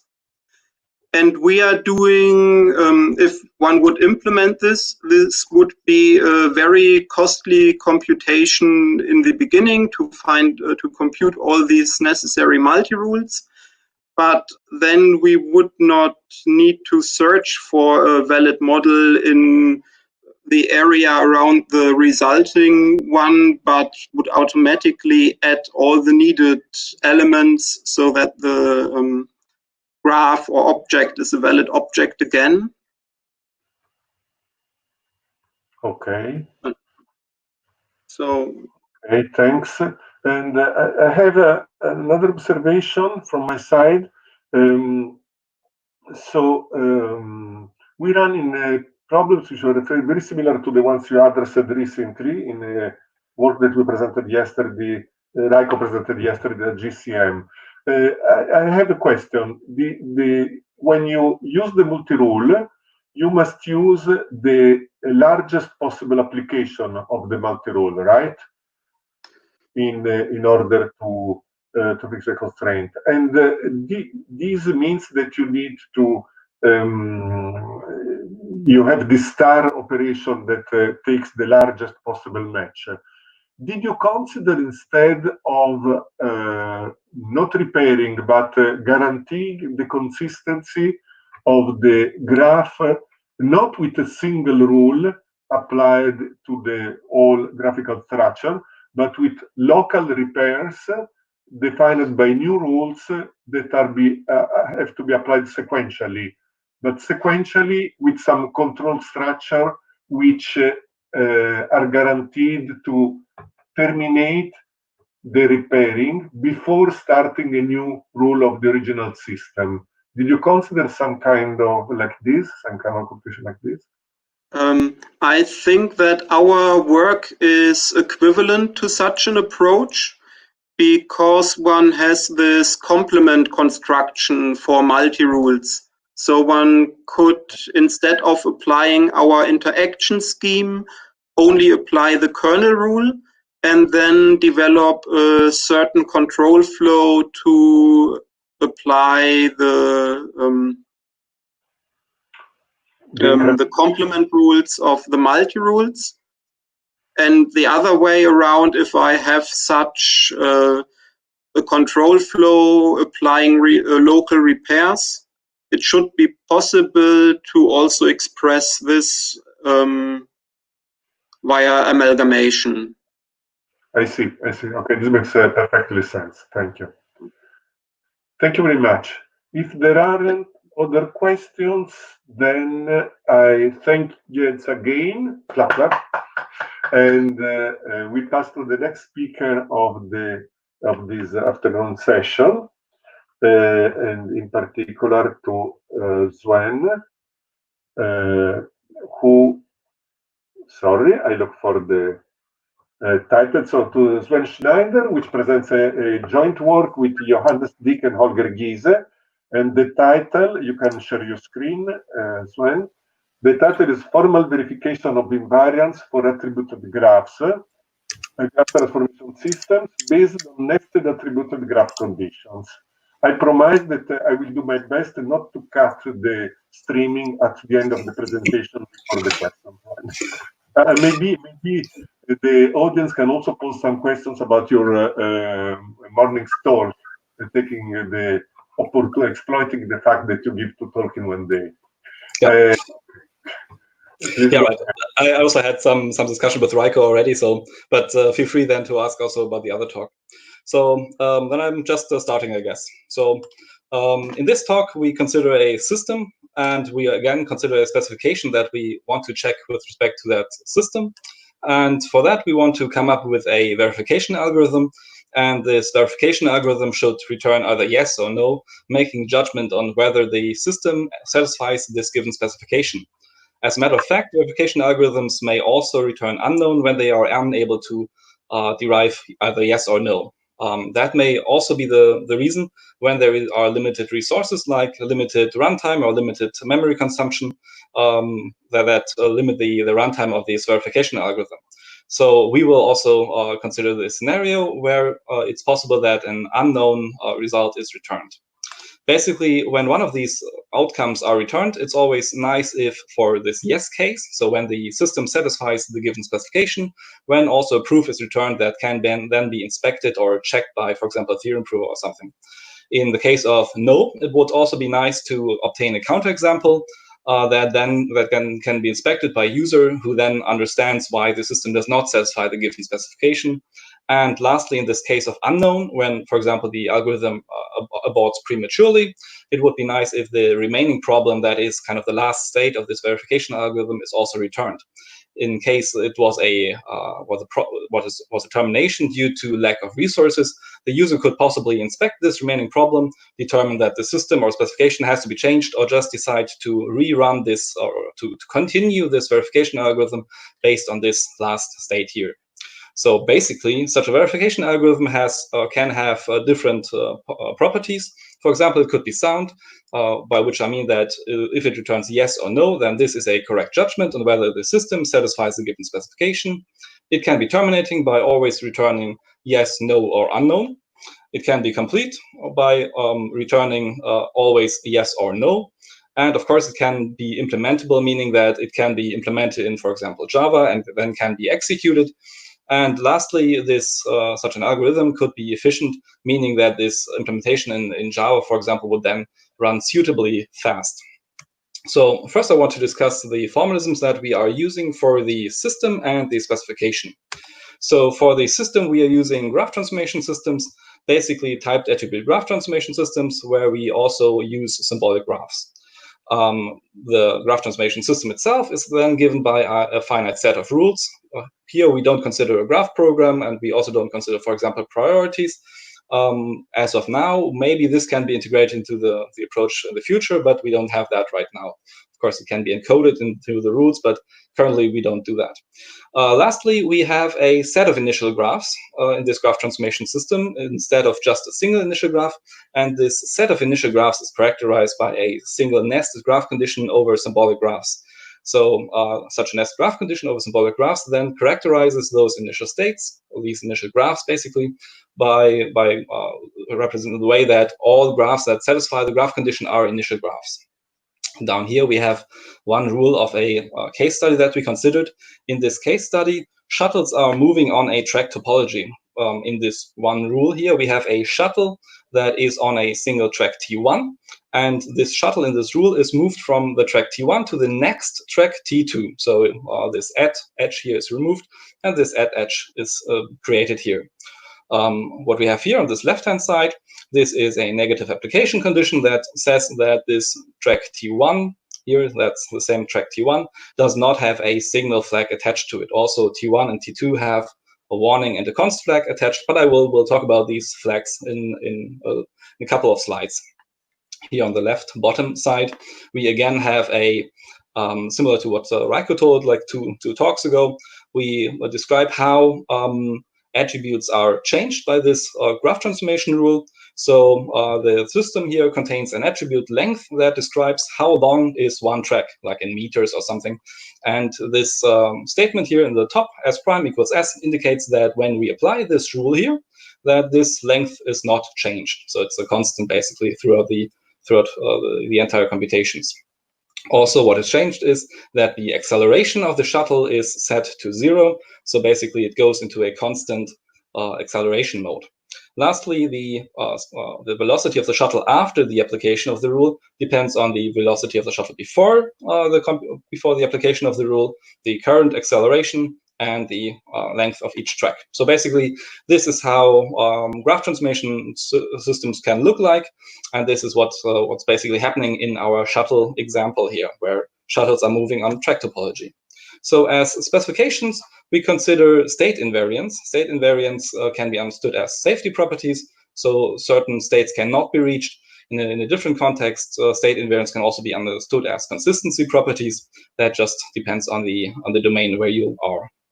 So basically, as input, what we have is a state invariant candidate, which is given by a nested, single nested graph condition again, like the one down here. So in this invariant candidate, what we express is that it's always the case that the shuttle, or it's never the case, basically, it's never the case that the shuttle that is on a track with a signal flag exceeds the safe velocity. So the safe velocity is safe or stored here in the system node as well as one constant, and the shuttle cannot be faster than the safe velocity on the track with a signal flag. So that's the purpose of the signal flag, to characterize that.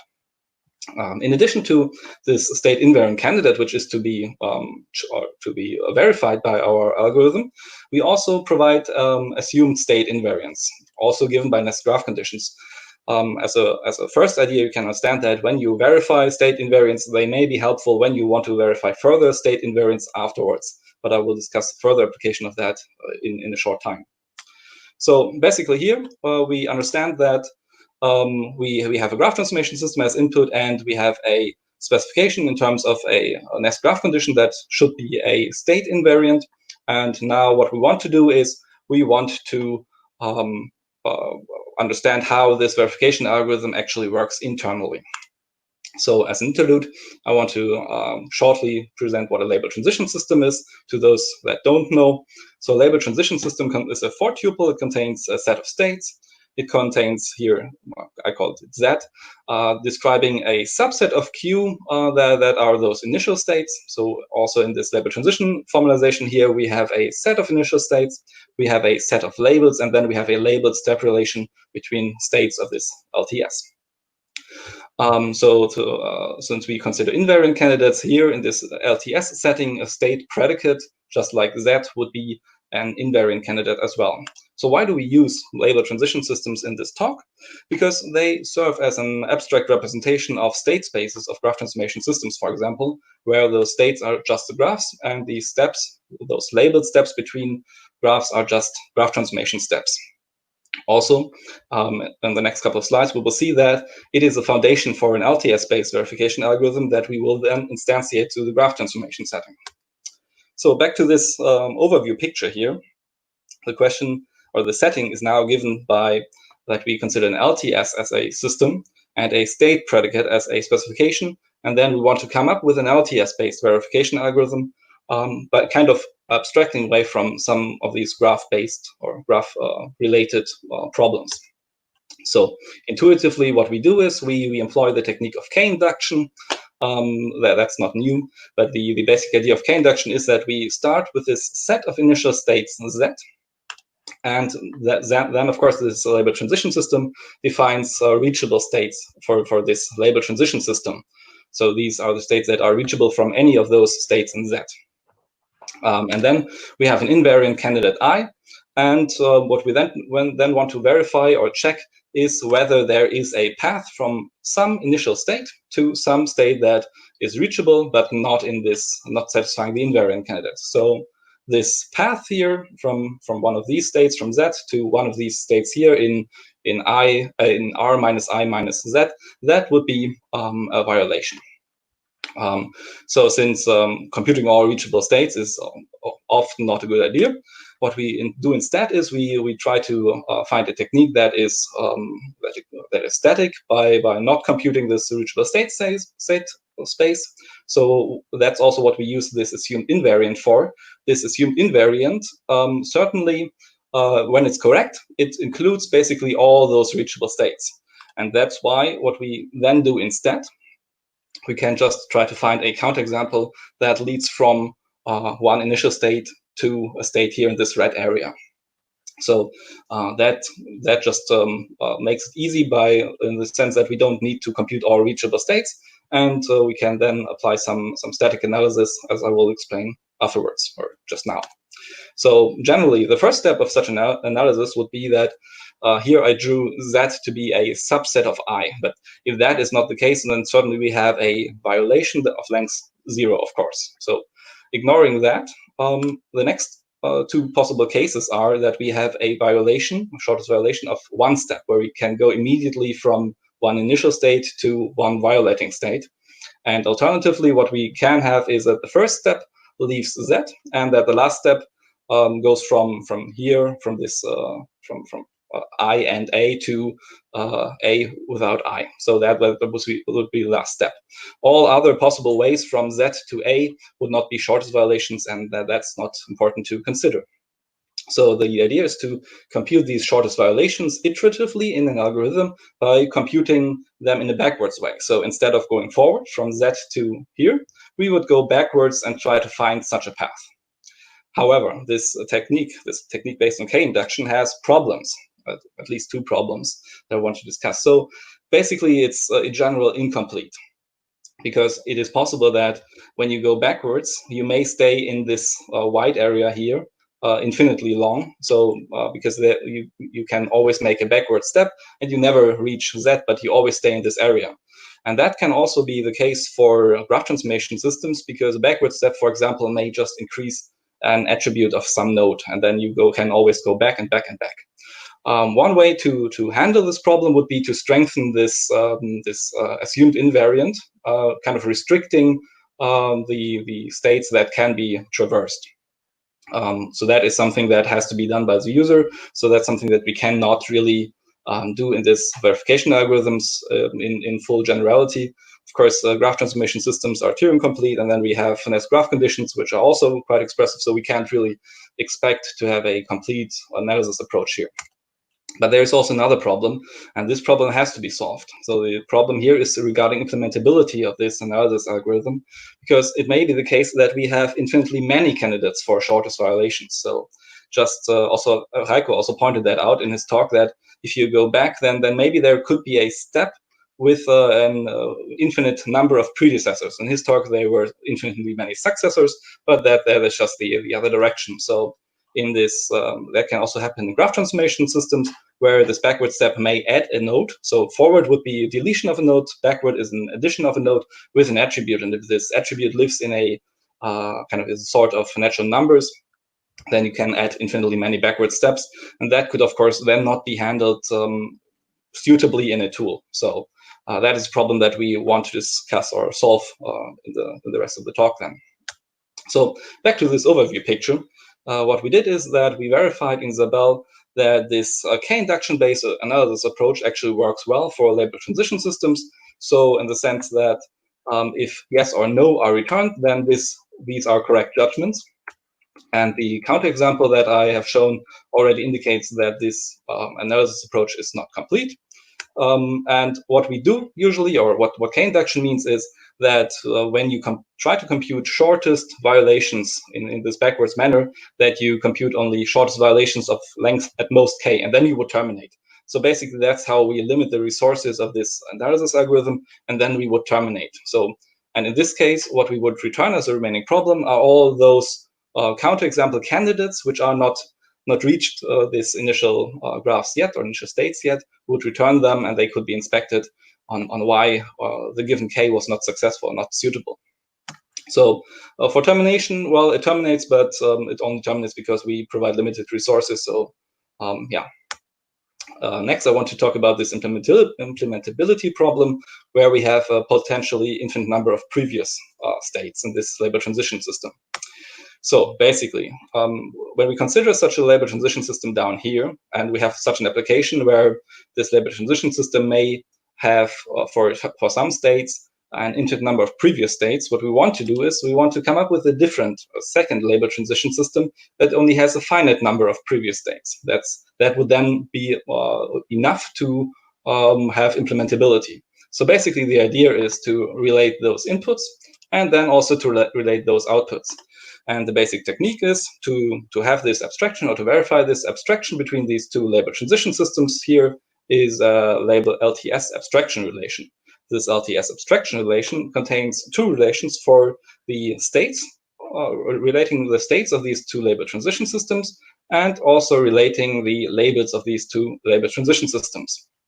The important thing about such these two relations is that they are compatible with the state predicates that occur in the analysis procedure. So they A, Z, and I that we saw before, they must be satisfied in the LTS below and in the LTS above at the same times, basically. Also, to ensure that that the outputs correspond when considering those two applications, it's important that shortest relations are preserved and reflected between these two label transition systems, the top and bottom. So that's basically the idea, and that is also something that we verified in Isabelle, that our conditions that we gave for such an LTS abstraction relation, that they are sufficient to ensure that we can, instead of analyzing this LTS down here, that we can analyze this LTS up here. So that's the basic idea. And now we go back to this graph-based setting where we consider the problem there. So this is a small picture from the previous slide. And what we actually want to do, what I said before in the beginning, we want to have a graph transformation system that generates such a potentially bad LTS, and we have a graph condition or a nested graph condition that serves as an input as a state predicate. And what we want to do instead, so the question is, how do we get those inputs for this upper application here? So what we use is we take the same graph condition in the bottom and in the top, so that's basically not changed. But instead of transforming graphs, as in this label transition system down here, we are transforming graph conditions. So basically, what we do is that we come up with a definition on how to change one graph condition to the next, depending on the rules of the graph transformation system. And the important point is that this correspondence between the GTS and the graph condition transformation system up here must be satisfying those sufficient conditions as described by the LTS abstraction relation that we just saw on the previous slide. So the basic idea is for this upper LTS that we start with a graph condition that is just in this red area from the Venn diagram that we saw before. So it satisfies the assumed invariant, it's not an initial state, and it's basically a violating state, not satisfying the invariant candidate. And then what we do is we compute backward sequences based on these graph conditions. That is done using standard operations like left, right, and shift. And the important point here is that if we have such a sequence up here, we also should have a corresponding sequence down here in this graph-based or graph transformation-based LTS down here. So there should be a close correspondence between these two. And important is that that for every sequence up here, there is one down here, and vice versa, in the sense of this label transition abstraction relation that we saw before. So that's the basic idea of the approach. Coming back to this overview picture, this is basically the way how we solve this implementability problem, because when going back from one graph condition to a previous one, we always have only a finite number of predecessors. So what we did is we implemented that in a prototypical tool and applied that to the case study, and that's what I want to discuss now shortly, the application to the case study. Coming back to this shuttle here, moving on the track topology. So here it moves from T1 to T2, 3, 4, 5, 6, and travels here along these tracks. And this warning flag here indicates that there will be a signal flag ahead. So this is actually here the case. So we signal flag ahead. So as the invariant candidate states, it must be the case that the shuttle here does not exceed the safe velocity here. So the warning flag basically tells the shuttle to decelerate and to make sure that the speed is reduced fast enough. However, with these two const flags, they ensure or they require the shuttle to have a constant velocity on these two tracks. So there, the shuttle is not able to decelerate. It can only decelerate on these two tracks. And the system here contains the length of each track, the minimal velocity of a shuttle, maximal velocity of a shuttle, and the safe velocity of a shuttle. So basically, in this case study, we considered the graph transformation system with 9 graph transformation rules, 2 invariant candidates, and 16 assumed invariants. These assumed invariants in this case study basically made assertions on how many tracks are between a warning flagged track and a signal flagged track, and also, for example, that a track does not have a next loop attached to it. So these are structural conditions mostly on this track topology, ruling out track topologies that we don't want to consider. So the implementation that we have successfully terminated and verified the both invariance candidates that we considered. And of course, for this simple case, as I explained it here, we can think about what means K here. So K here depends on how much the shuttle has to decelerate. So when it is here at T2 with a maximal velocity, and here it has to be below the safe velocity, then it depends on the difference between Vmax and Vsafe, obviously. Also depends by how much the shuttle can. Sorry, Sven, you have 5 minutes. Okay, 5 minutes. So it also depends on how fast the shuttle can decelerate, and it has only 2 tracks. So when it can decelerate faster, that's better, of course. And also it depends on how many tracks are between how many tracks with the const flag are between the warning and signal. So in this case, 2. So it only has 2 more tracks with where it can decelerate. So that's basically the intuition here about what K means for this K induction principle. However, one obvious problem of this K induction-based approach is that the runtime grows exponentially in the number of rules and K. So if you need a larger K, we need more time, obviously, and also for the number of rules. However, the important point here is that as a static analysis approach, it does not depend on how many states are actually reachable. So it does not depend on the size of the state space, but only on these factors here. Of course, it also depends on how rules can be overlapped. But yeah, so it's independent of the size of the state space. So coming back to the overview picture, because of this exponential runtime, basically, we can't really say that it's efficient, but what do we expect for an analysis technique for graph transformation systems and where your specification is given by a nest graph condition. So to conclude, the goal was basically to come up with a fully automatic verification algorithm for verifying state invariance for graph transformation systems. Here we also integrated the attributed case and considered that also partially for these labor transition systems and a theorem prover. The basic limitations of this entire approach is that it's potentially that it's incomplete, depending on kind of what how the assumed guarantees work together with those graph transformation rules, and also, of course, the exponential runtime. While it worked in the case study very well with the runtime, it may be a problem for different use cases.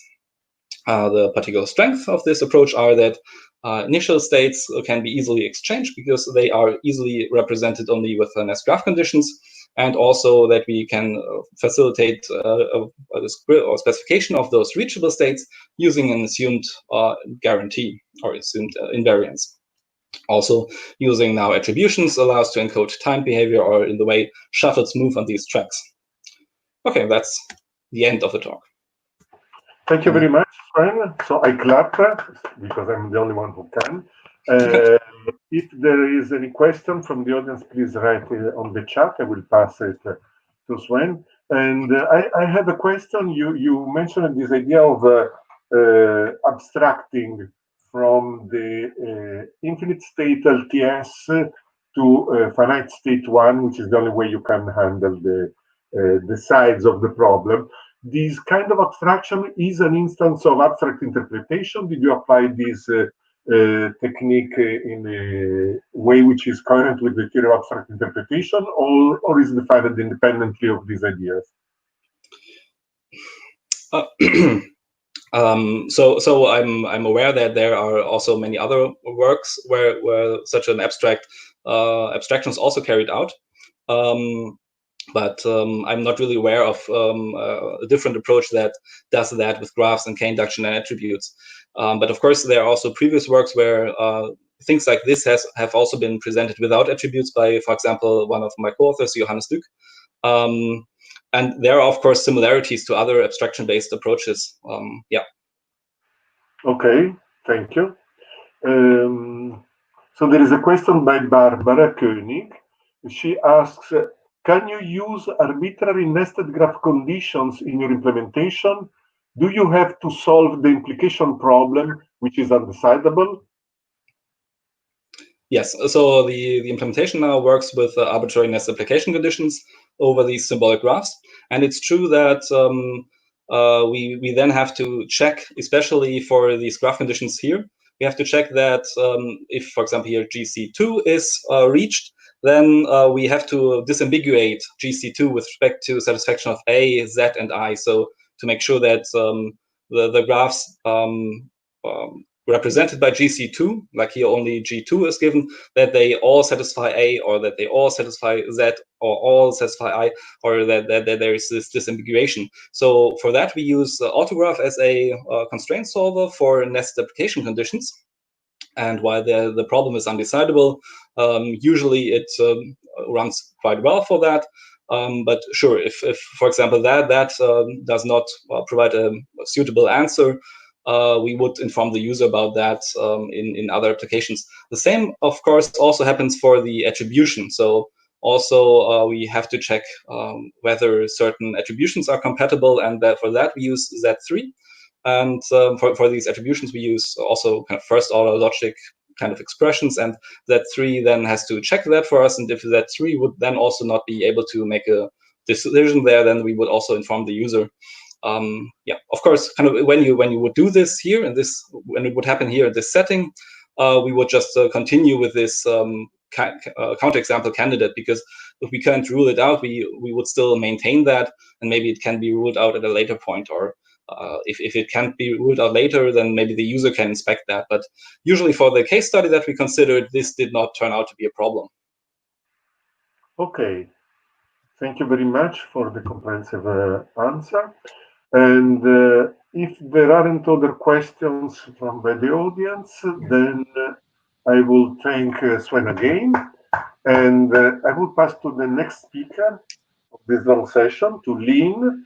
And Lynn will present a joint work with Fernando Rejas entitled Initial Conflicts for Transformation Rules with Nested Application Conditions.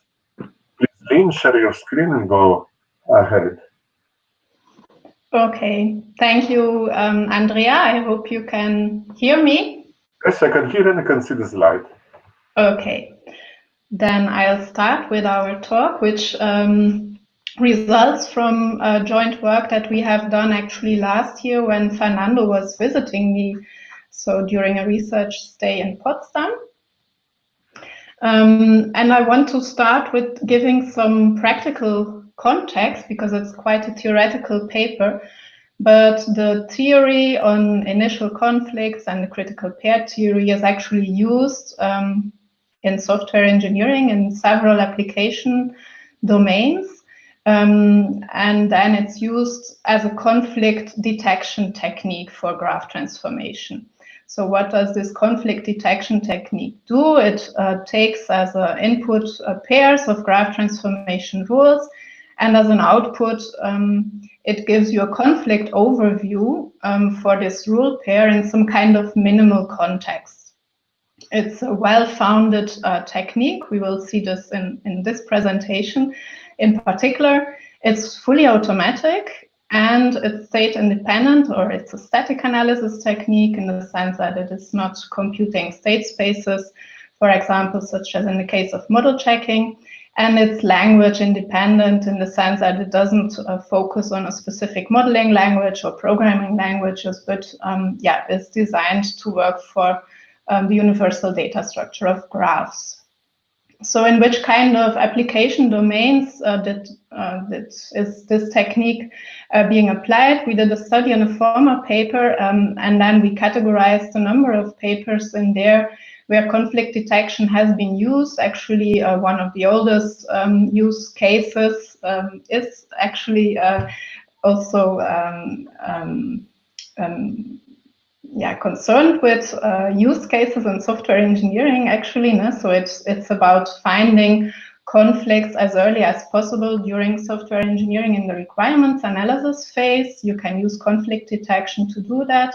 It can be used in the field of model-driven engineering for model versioning, also for deciding, for example, if model refactorings might be conflicting, for finding interesting test cases, or for optimizing rule-based computations, such as graph parsing, and for deciding if parsing steps can be conflicting or not, or are dependent of each other or not. So all these application domains, of course, come with certain practical requirements, such as usability, efficiency, expressiveness, and generality. And the theory, of course, needs to be adapted in order to satisfy these requirements. And the initial conflict theory, or the critical pair theory in particular, tries to support the requirements of efficiency and as we will see now in this paper, we also worked on trying to support expressiveness in the conflict detection analysis technique. So what do we mean with efficiency? We want to give as fast as possible a good overview of all conflicts that might occur in a transformation system, or for a given transformation system or a pair of transformation rules. And of course, when we can reduce the finite set of conflicts that we show in such an overview, then that is good with respect to efficiency, because we only have to show the reduced set instead of the complete set. And this is actually what initial conflicts try to do. They optimize, or have succeeded to do so already for the case of plain rules, so for rules without application conditions. They optimize the set of critical pairs in the sense that they only complete a subset of critical pairs that is still complete. So you still get a complete overview of all conflicts that might occur, again, in some minimal context. Now the question occurs, what about expressiveness? If we have rules with application conditions, such as negative application conditions, then we also want to have this theory that allows us, or will allow us hopefully then, to efficiently implement conflict detection. And this is what the paper is all about. I first, before I go into more technical details, want to give an overview of the conflict theory and critical pair theory and initial conflict theory, and how it evolved and how much time it more or less took to come up with this theory. In fact, for the case of plain rules, the critical pair theory has been generalized from term rewriting to term graph rewriting and hypergraph rewriting already in the beginning of the 90s. And then later on, it was generalized to the case of typed attributed graphs and also amities of systems 10 years later, more or less. No? And then at the same time, more or less, I have been doing work in particular on extending critical pair theory for the simple case of negative application conditions. And then from there on, we can see that this question of efficiency and expressiveness, or of how to design this theory or refine it or optimize it in order to allow for implementing efficient and expressive conflict detection algorithms, started. In particular, in 2008, some first work with respect to optimizing this critical pair set is being done in the sense of constructing only essential critical pairs, but it turned out that this subset, this proper subset of critical pairs, could still be optimized in the sense then of an initial conflict set. And this is really an optimal set. It means that this is really a minimally complete set for showing all conflicts that might arise from a pair of transformation rules. And then when you have a closer look at the, I'll try to show this with the pointer, at the work here below the arrow. At the same time, work was done on making the application conditions that can be used on the rules in critical pair theory more expressive, in particular as expressive as first order logic on graphs, so in 2010. And then now naturally the question, of course, arises how to transfer the optimization that has been done for the plain case in the general framework of additive systems to the case of rules with nested application conditions that are equivalent to first order logic. So now I will start going into more technical detail and rehearse very briefly what we are talking about actually, the conflict notion for plain rules. It just expresses that as soon as you apply a rule R1 that deletes something and at the same time rule R2 uses the elements that are deleted, then of course what is done in the transformation G to H2 cannot be repeated in the same way as it was done on H1, the result of the first transformation, because we have conflicting elements that are being deleted and used at the same time by this pair of transformations.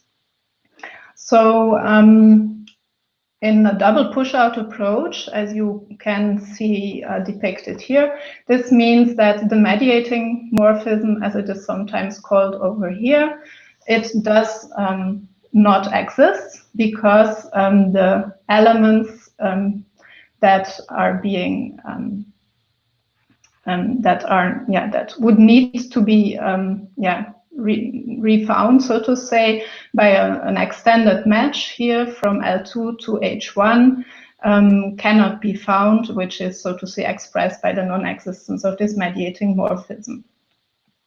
Now, what do critical pairs in the plain case? They show these types of simple, so to say, delete use conflicts in a minimal context. And what does that mean? This means that the matches of a pair of transformations of critical pairs are always jointly surjective. So what they do is they just basically overlap both left-hand sides of the rules. The most important property, of course, of critical pairs is that they are complete. So this means that for each conflicting pair of transformations, no matter in which context it occurs, you will definitely find at least one critical pair that, so to say, expresses the same conflict in a minimal context.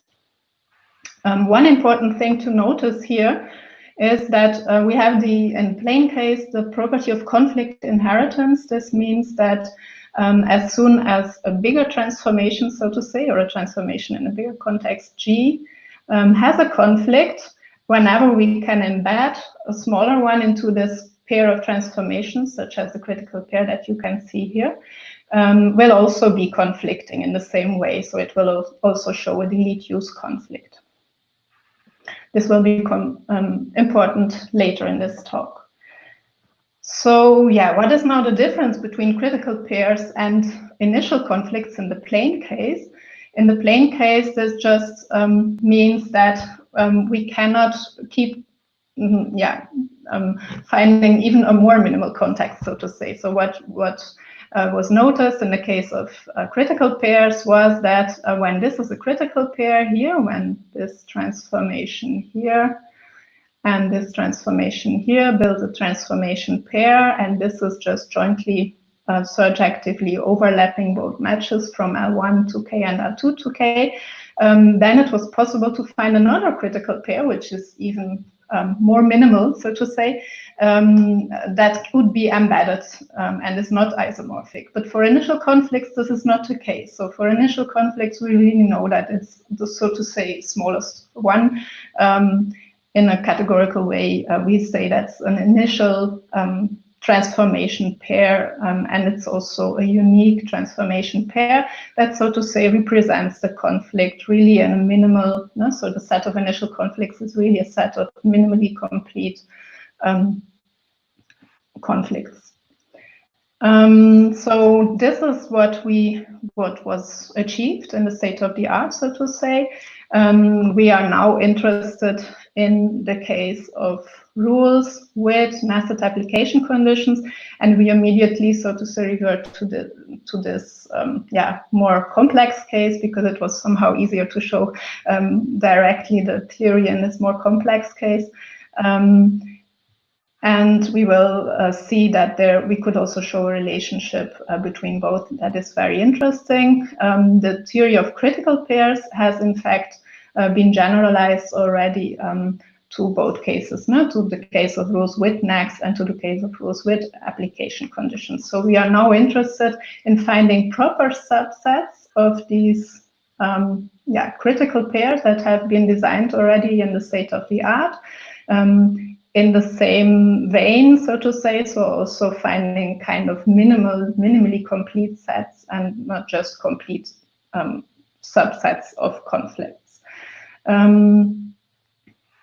In the critical pair case, it was already shown that this overview of conflicts that you give is going to be symbolic and not going to be a subset of conflicts anymore. And this is also something that we will keep here in the case of initial conflicts, and we will show also in a minute why. So what changes when we add application conditions to rules in the sense of what type of conflicts can maybe occur in addition? We keep the same kind of conflicts in the sense that it can still happen that one rule deletes something and the other rule wants to use this deleted or these deleted elements. But what now in addition happens is that some elements might be produced or deleted that were needed to satisfy the application condition of the other rule. In the NAC case, this just means a simple produce for bit conflict, for those who are aware of the NAC case already. But here it's a bit more general because we consider general nested application conditions. In the double push-out approach, this picture then looks like this. So now it can happen that we find the mediating morphism, but still have a conflict in the sense that this extended match now then violates the application condition of the second rule. So no, we don't have a delete use conflict anymore, but we have an egg conflict. We call it like this in the paper.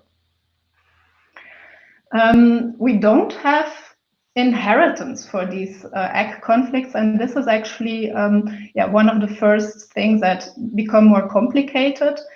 So we don't have conflict inheritance anymore, and this is illustrated by a very simple example that you see here. And we also do not have co-inheritance. So inheritance would mean that when we have such an AC conflict in a bigger context, then we would find the same AC conflict, so to say, in a smaller context, but this is not the case. In the delete use case, in the plain case, I've shown or noted that this is a property that holds. For the AC conflicts, this doesn't hold, and this makes things a bit more complicated.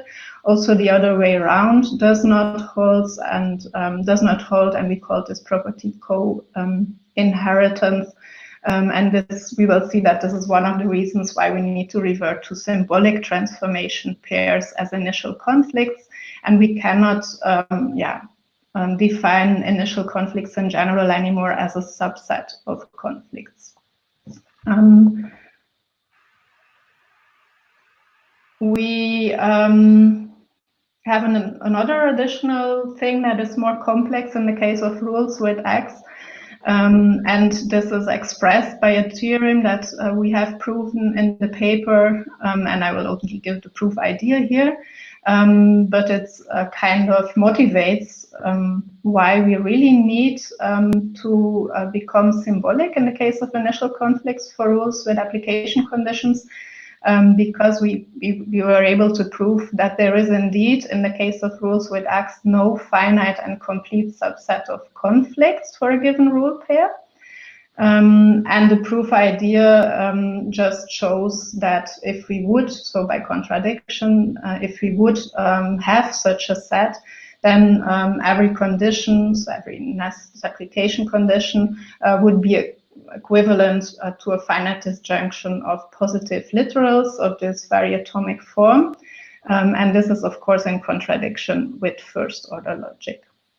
So yeah, keeping this additional complexity or difficulties in mind, we slowly move to the definition, the core definition in the paper, so to say, of initial conflicts for transformation rules with application conditions. And as we have now motivated also theoretically, we need to revert to so-called symbolic transformation pairs. These symbolic transformation pairs were more or less defined also for the critical pairs for rules with X already. I'll briefly explain again what they do on this diagram here. So they consist of an AC disregarding transformation pair, we call it. So this means that the transformation pair is just a regular transformation pair which comes with X in the rules, but the X don't have to be fulfilled. So they are there, but they do not have to be fulfilled. And then what the symbolic transformation pair also entails is a so-called extension egg and a conflict-inducing egg. And these application conditions, which are then formulated on the starting context of the transformation pair, they express how the symbolic transformation pair can be extended when it fulfills the extension. So only if and only if it fulfills the extension egg, such that the extension morphism fulfills the original application conditions. And when it also fulfills the conflict-inducing egg, we can be sure that the extended match that we then find from here downwards, so to say, also leads to a transformation pair that is in addition conflicting. As you can see here, it is quite formal, but what this conflict-inducing egg expresses is that either there is a delete-use conflict when we extend, so to say, or when we find the mediating morphism, then when we shift it into an equivalent one in the context here, so to say, so we shift it over this morphism here, this is the shift part, and then we transform to the left over the derived rule to the context of the disregarding transformation pair, then we just require that this application condition shouldn't be fulfilled so that we really find a conflict when extending. Okay, so taking this idea of symbolic transformation pairs, we can quite easily go to the main definition of the paper, which is how to now define initial conflicts for rules with X. Actually, we have two types of initial conflicts, the delete-use initial conflicts, which are actually more or less equal to the previous plain initial conflicts, in the sense that they cannot be made smaller, so there is no transformation pair that can be embedded into this one which is not already isomorphic. And we just keep the application conditions that are around there. And every transformation that we can derive or unfold from this minimal one, so to say, will also have a delete-use conflict. But now, in the case of adding application conditions, we can have one additional other kind of conflict, and only one. And this is the so-called egg initial conflict, which we represent as symbolic transformation pair that consists of the so-called plain initial parallel independent transformation pair, which just starts from the binary crow product, so the disjoint union of both left-hand sides of the rules, because this type of conflict does not arise because elements are deleted or used, but it arises really just and only just because of the application conditions that are there in the rules. So this doesn't mean that the rules can't delete anything. No, it just means that they don't delete anything and use it at the same time. What is interesting also to notice in this definition is that the symbolic transformation pair needs to be conflict-inducing, because it might happen that this initial conflict itself is not a conflict yet. No, it might also happen that it's not a valid pair of transformations yet, because it doesn't satisfy the original application conditions. But it needs to be conflict-inducing. This means that there needs to at least exist one transformation pair that we can unfold from this one, so to say, that is then indeed conflicting. In this case, AC conflicting. Let's have a look at a very simple example. In fact, it's an example. It's a bit simplified compared to the previous one. It only contains one negative application condition. So what would be the initial conflict for this pair of rules? It just doesn't overlap both rule left-hand sides. No, it just builds the binary co-product of both rule left-hand sides, and then it builds the extension ACK and the conflict-inducing ACK. And this is now very interesting, because this conjunction of ACKs now expresses, so to say, symbolically, how we can extend this pair of transformations in order to get valid pairs of transformations that are also conflicting. Now we have to analyze this condition a bit to understand how this set would more or less look like. No? So this ACK here expresses that when we extend and we want to get a valid pair of transformations, so to say, we cannot add a node, we could add edges if we match injectively, or so if we continue here the matching injectively. But if we merge or overlap both nodes here by extending over here the initial conflict, then we can add one node, but we can't add two additional nodes. So this is a situation for getting valid pairs of transformations. Mm-hmm. You have 5 minutes. Yes, you have 5 minutes. Sorry. Okay, thank you.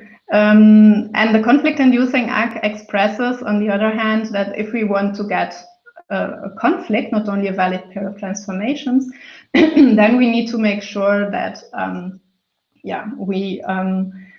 when we merge both nodes by extending this pair of transformations, then we need to add an additional node, or if we don't merge, then we will get a conflict, definitely. No? Note that this ACK initial conflict is already a conflict itself, which doesn't have to be the case in general. So summarizing, we have a new notion of initial conflict now for rules with X. It's symbolic again, as in the case of critical pairs, but it's a proper subset of critical pairs, because it even diminishes the set of initial delete use conflicts in case that the X, so to say, interfere with the original initial conflict set and forbid certain kind of unfoldings. And then we only have one initial conflict for the case when we do not have delete use conflicts, so to say. And in the critical pair case, we always considered all overlappings that were possible. And in this case, we only have this unique one for the case where we don't have delete use conflicts. So now for the case of rules with next, just very briefly on an example, what we could show there is that Actually, the new theory is a conservative extension of the theory that was originally in my PhD thesis for the case of rules with next, which means that we can unfold this unique initial conflict into the old conflicts for rules with next, so the old critical pairs for the produce for bit case, and we find all of them by unfolding this initial conflict, which is regular in the case of next, which means that we really can find in certain cases, so in certain subclasses of nested application conditions, again, complete subsets of conflicts, and do not have to look at the conflict overview in a symbolic way, so to say, which is very interesting from a requirements perspective, again, in a more applied setting, because for usability, for example, in the case of requirements engineering, when you have to talk with domain experts and explain the conflict overview, it's of course interesting not to need to show conflicts in a symbolic way, but being able to show them in a more concrete way.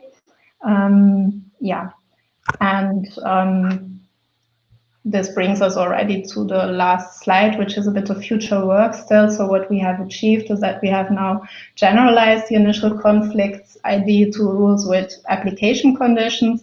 I didn't show this in this talk, but we have also satisfied the generality requirements, so to say. So we could formulate the theory in the context of additive transformation systems. What we want or aim to still do, of course, with this new theory is to then really implement or use this new theory to implement initial conflict computation for rules with application conditions. We probably will use some constraint solving on graph conditions for that, also to find the unfoldings that I was talking about, to find concrete context or concrete conflicts from the symbolic ones that are represented in the initial conflict, and then also keep working on the usability and generality issues. So in different use cases, like for example local confluence analysis, it might not be necessary to be able to compute unfoldings, because already the symbolic initial conflicts can be used for analyzing local confluence. But in the requirement setting, for example, for finding conflicting requirements, of course this looks different. One really wants to see concrete conflict overviews. And with respect to generality, we would of course like to be able to support, for example, attribute conditions or more complex rule control structures or rule amalgamation, as we have heard about before also, or consider other transformation approaches such as the single push-out and not only double push-out, as we have been concentrating on here. So with that, I think I would like to conclude the talk, and I'm happy to answer some questions if there are. Very much, Lynn. I clap. Fabio, can you show me on the screen? Okay, if I invite everybody to pose questions on the chat, and in the meantime I ask a question. So thank you for it. Was very interesting, the presentation, and also the historical overview of the development of this area in the last, I would say, decades at this point. It was very interesting. And concerning this, in the for plain rules, besides this last thread on initial conflicts, there was quite a work on this idea of identifying the real causes of the conflicts with this granularity-based approach, identifying conflict reasons, conflict atoms, and so on. Did you consider also developing this part of the theory for the case of application conditions? Yeah, we started a little bit already doing that for the simpler case of negative application conditions. But yeah, when doing that, we noticed that no, we first need a really good understanding of initial conflicts, because for rules with max or for rules with X, because conflict reasons correspond uniquely to initial conflicts. And therefore we decided to first work on having a clear idea of what initial conflicts could be in the case of rules with application conditions.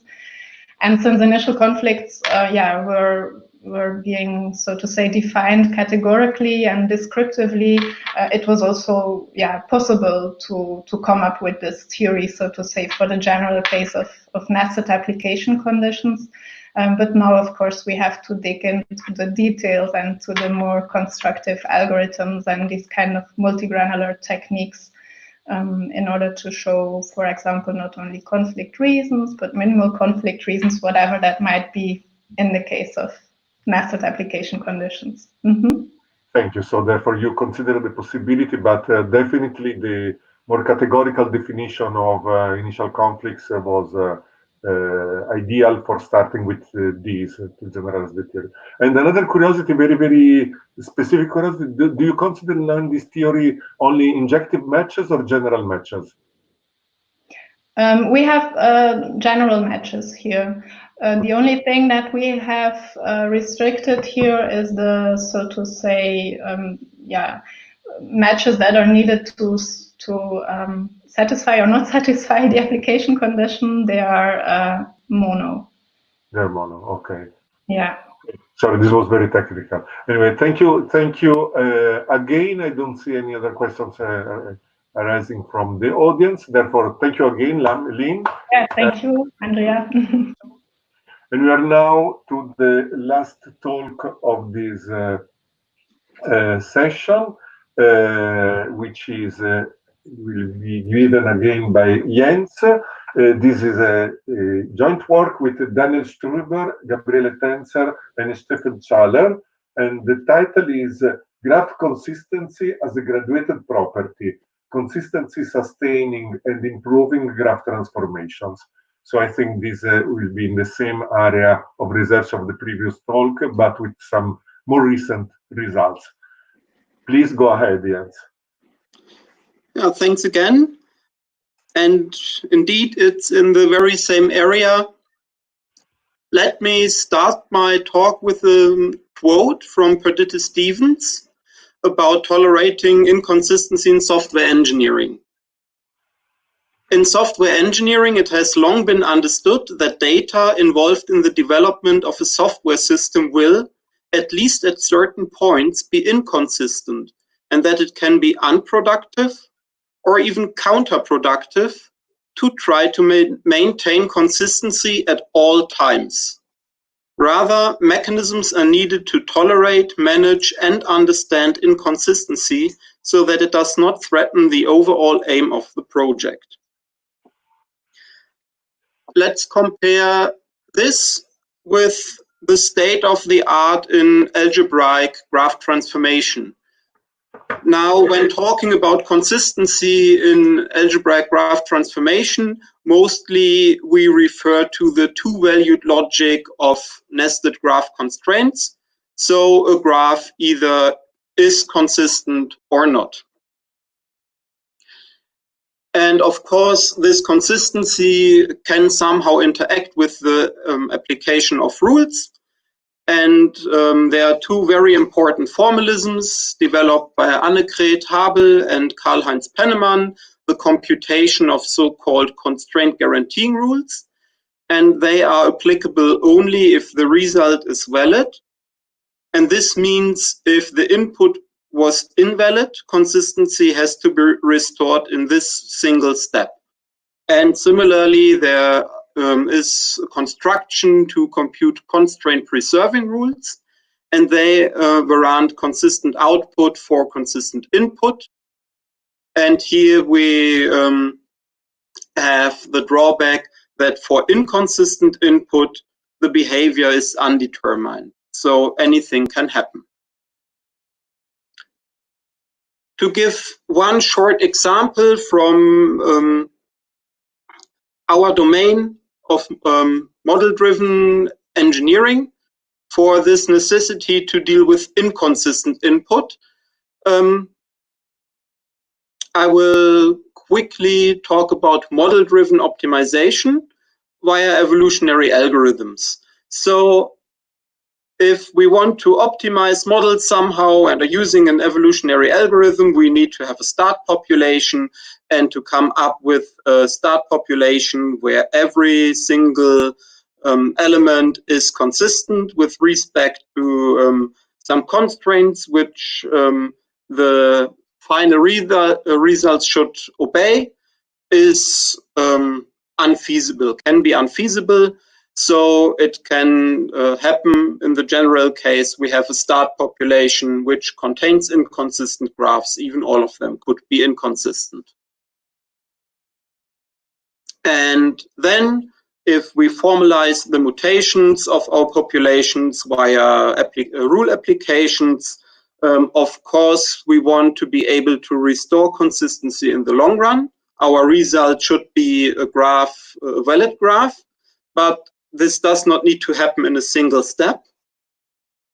And it might be beneficial if transformations do at least not introduce new violations of the given constraints.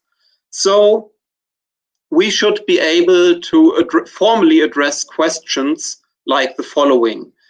If we have two inconsistent graphs, can we at least say that one of them is more consistent than the other one?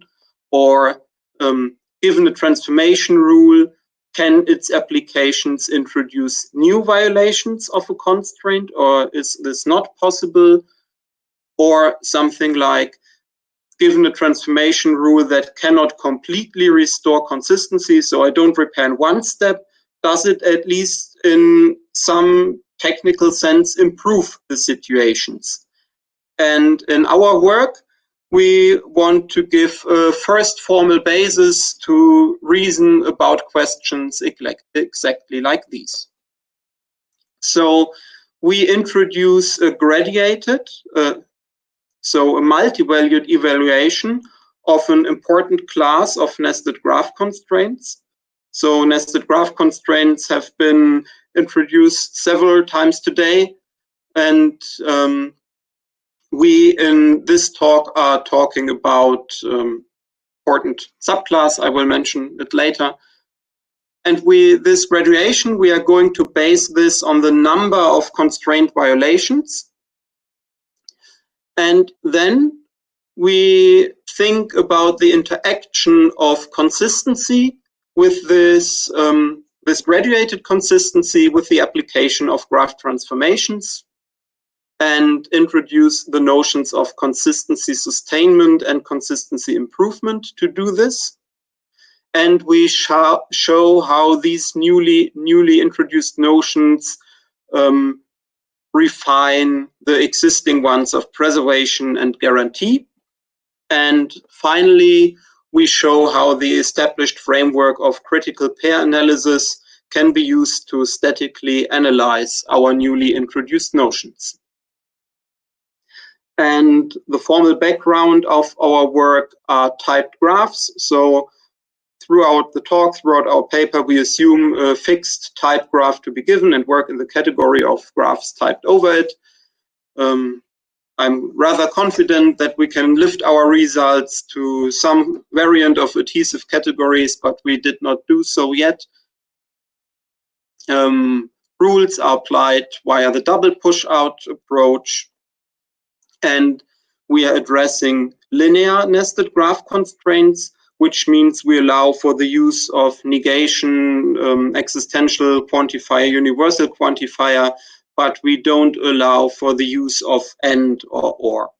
And we also suppose that the constraints occur in alternating quantifier normal form. So the quantifier switch we have for all, exist, or exist for all, and so on.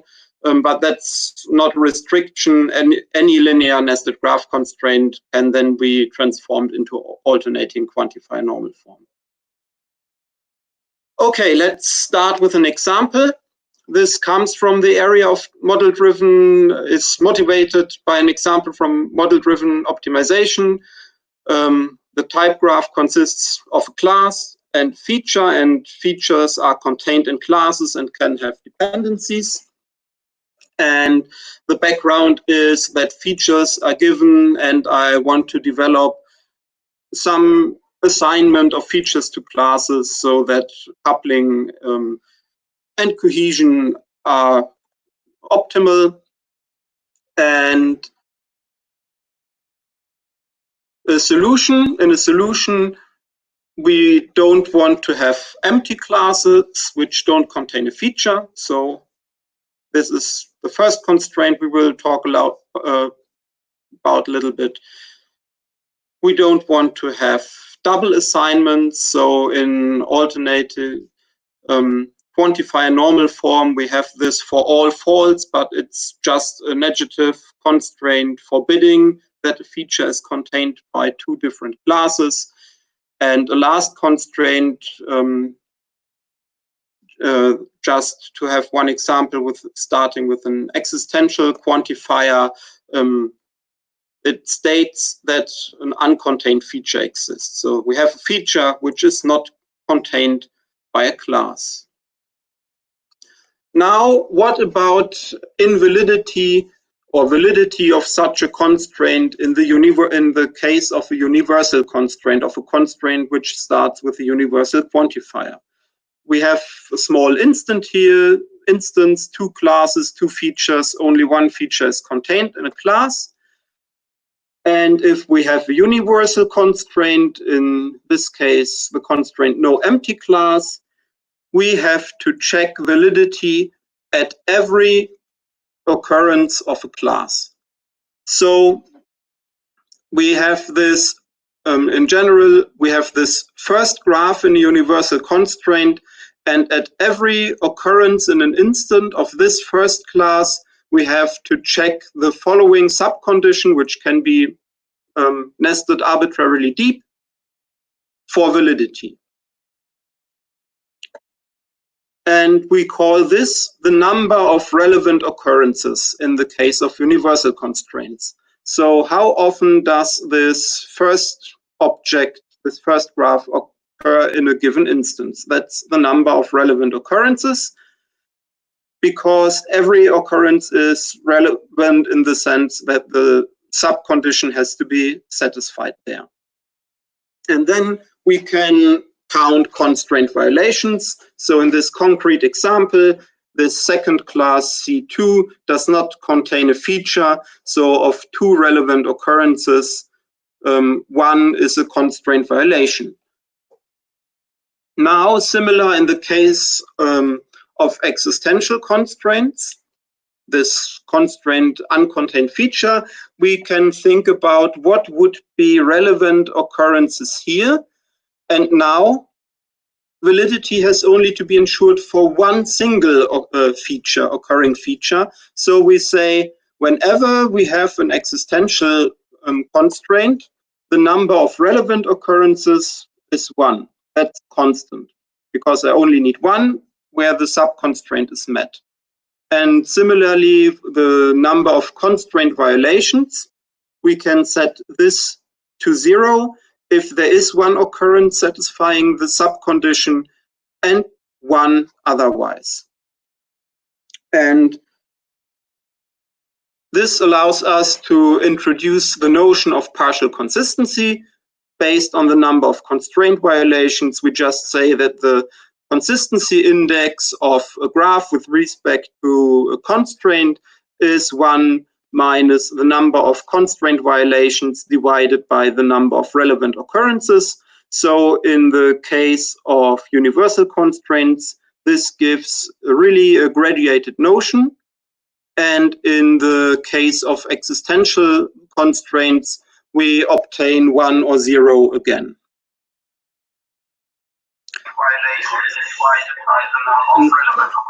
Now,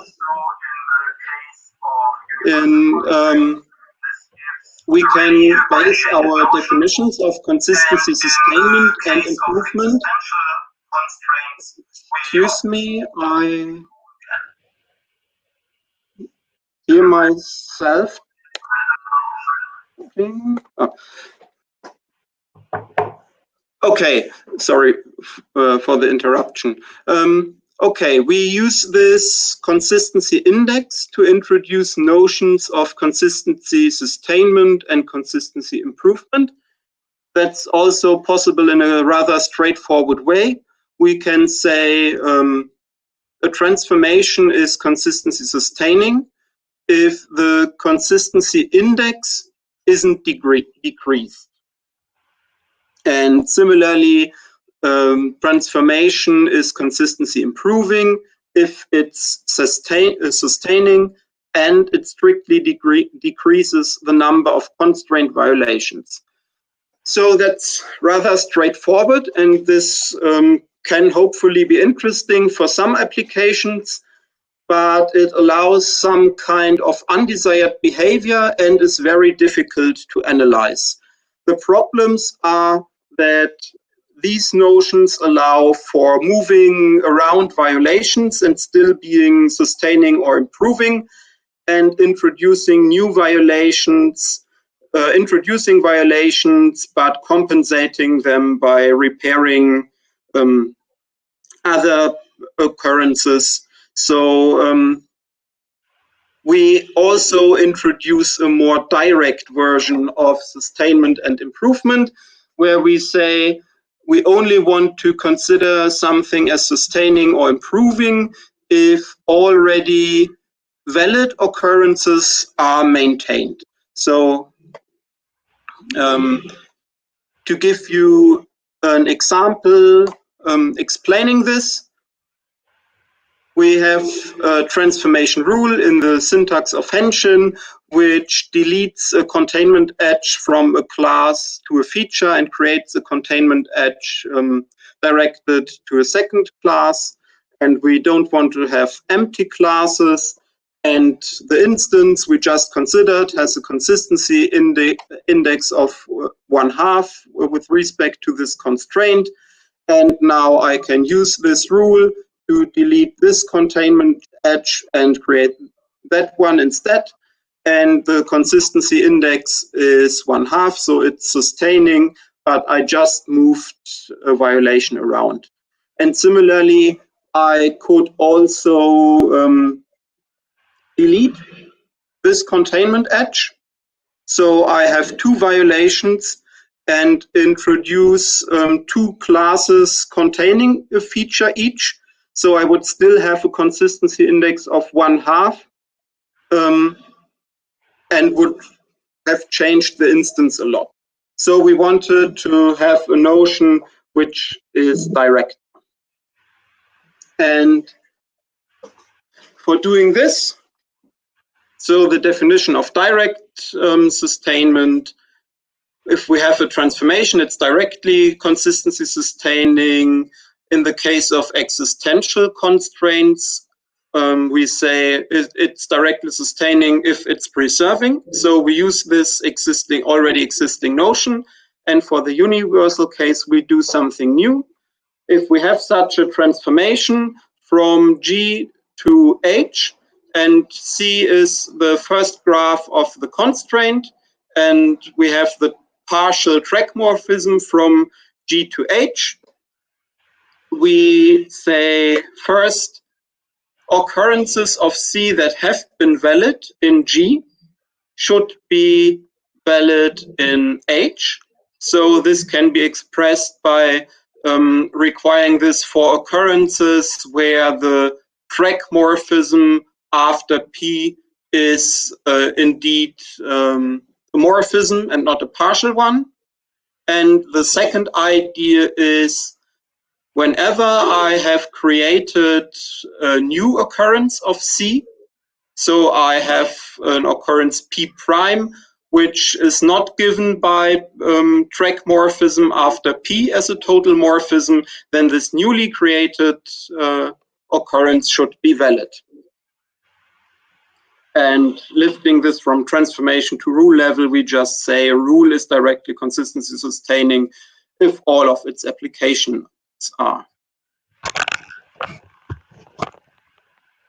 I will skip the examples for time reasons and just quickly note that we have proper implications from constraint guaranteeing to directly consistency sustaining to consistency sustaining to constraint preserving.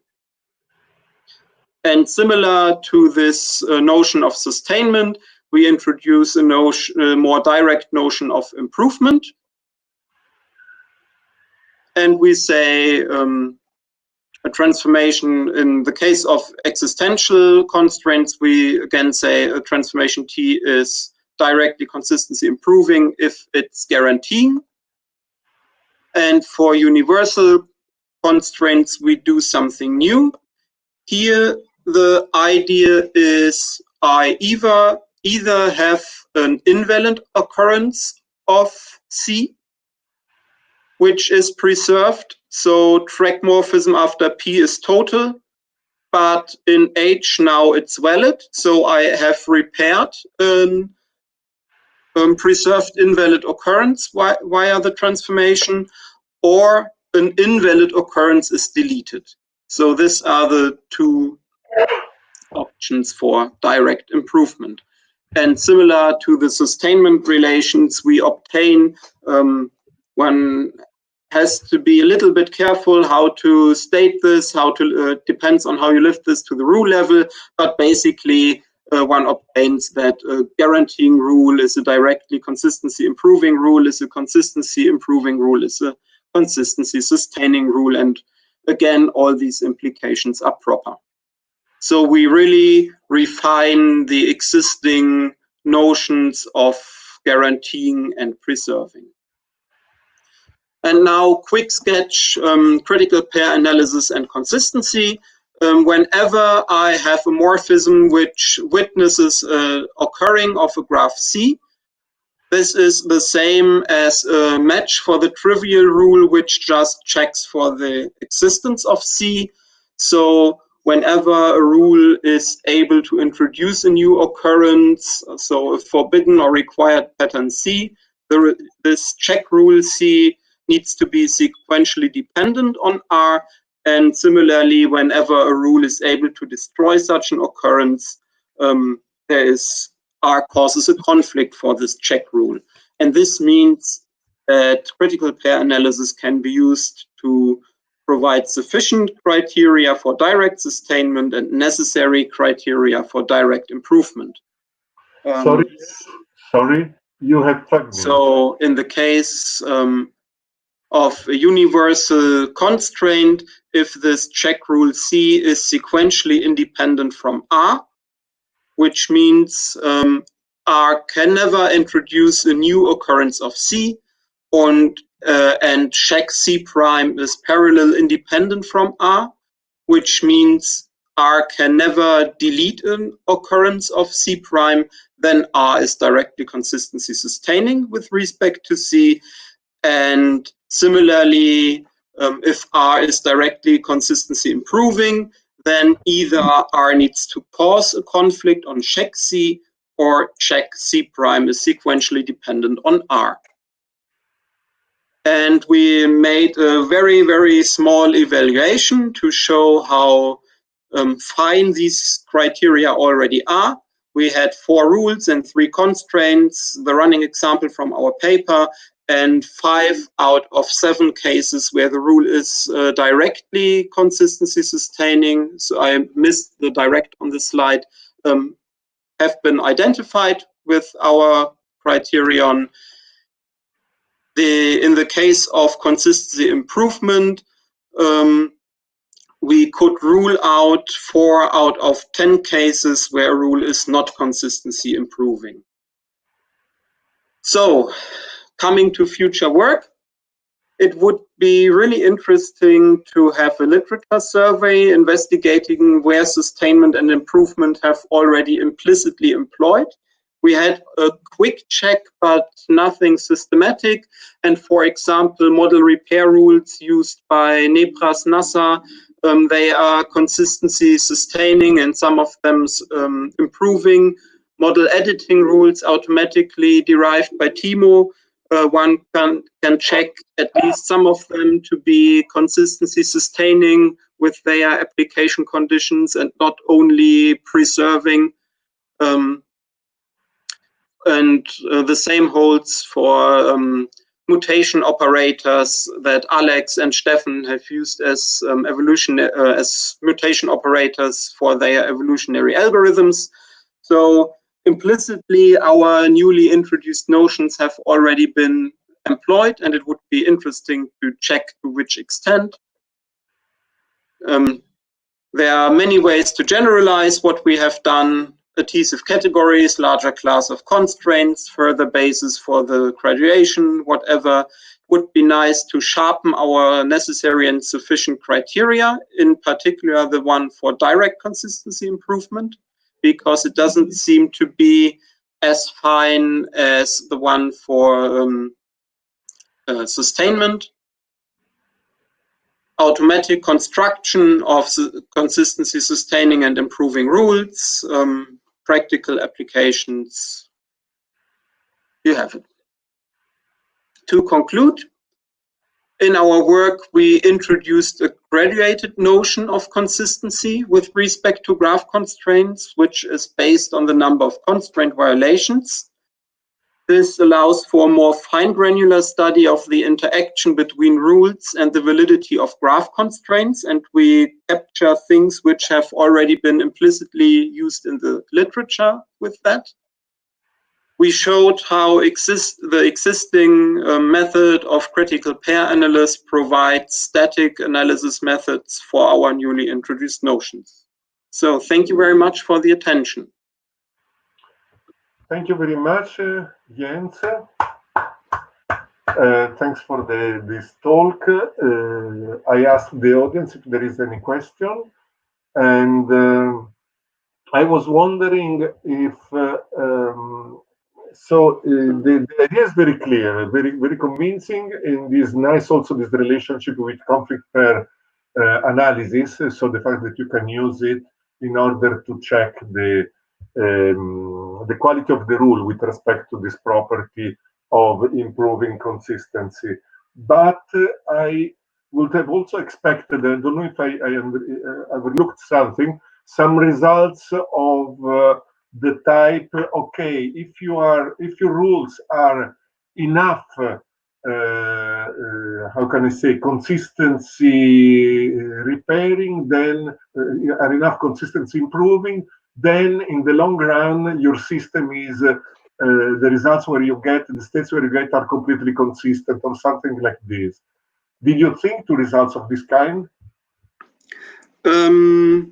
Yes, we are very interested in characterizing rule sets like that, because that's exactly the kind of rules Steffen and Daniel want to use in their evolutionary algorithms. Because you want to, I mean, in model repair, you also want to have sets of rules like this. So that's the next step. That's what we meant.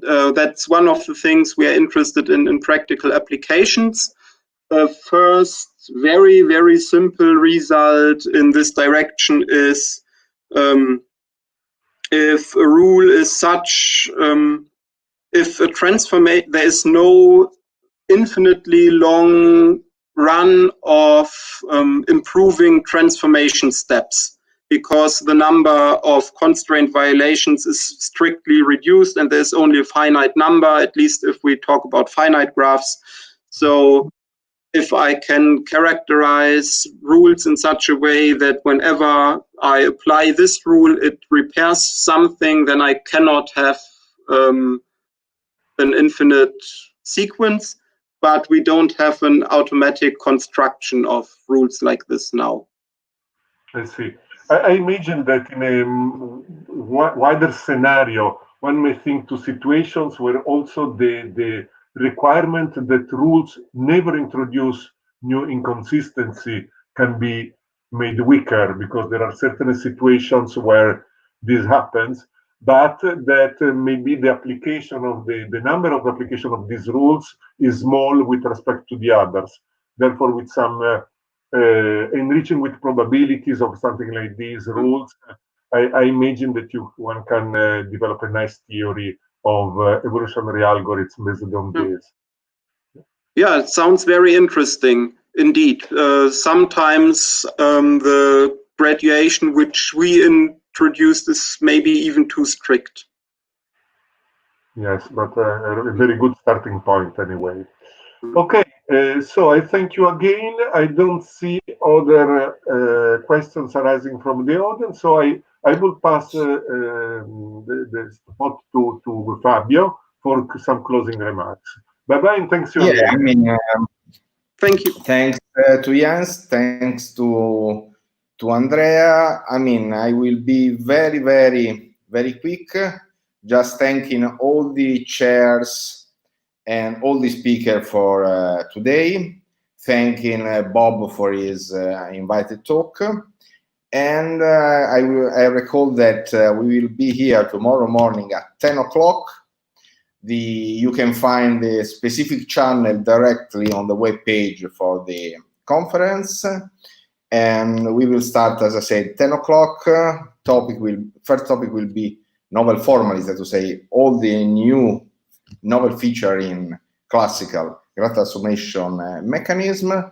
The chair will be Detlef Plump. That's it. See you tomorrow at 10. Thanks for today.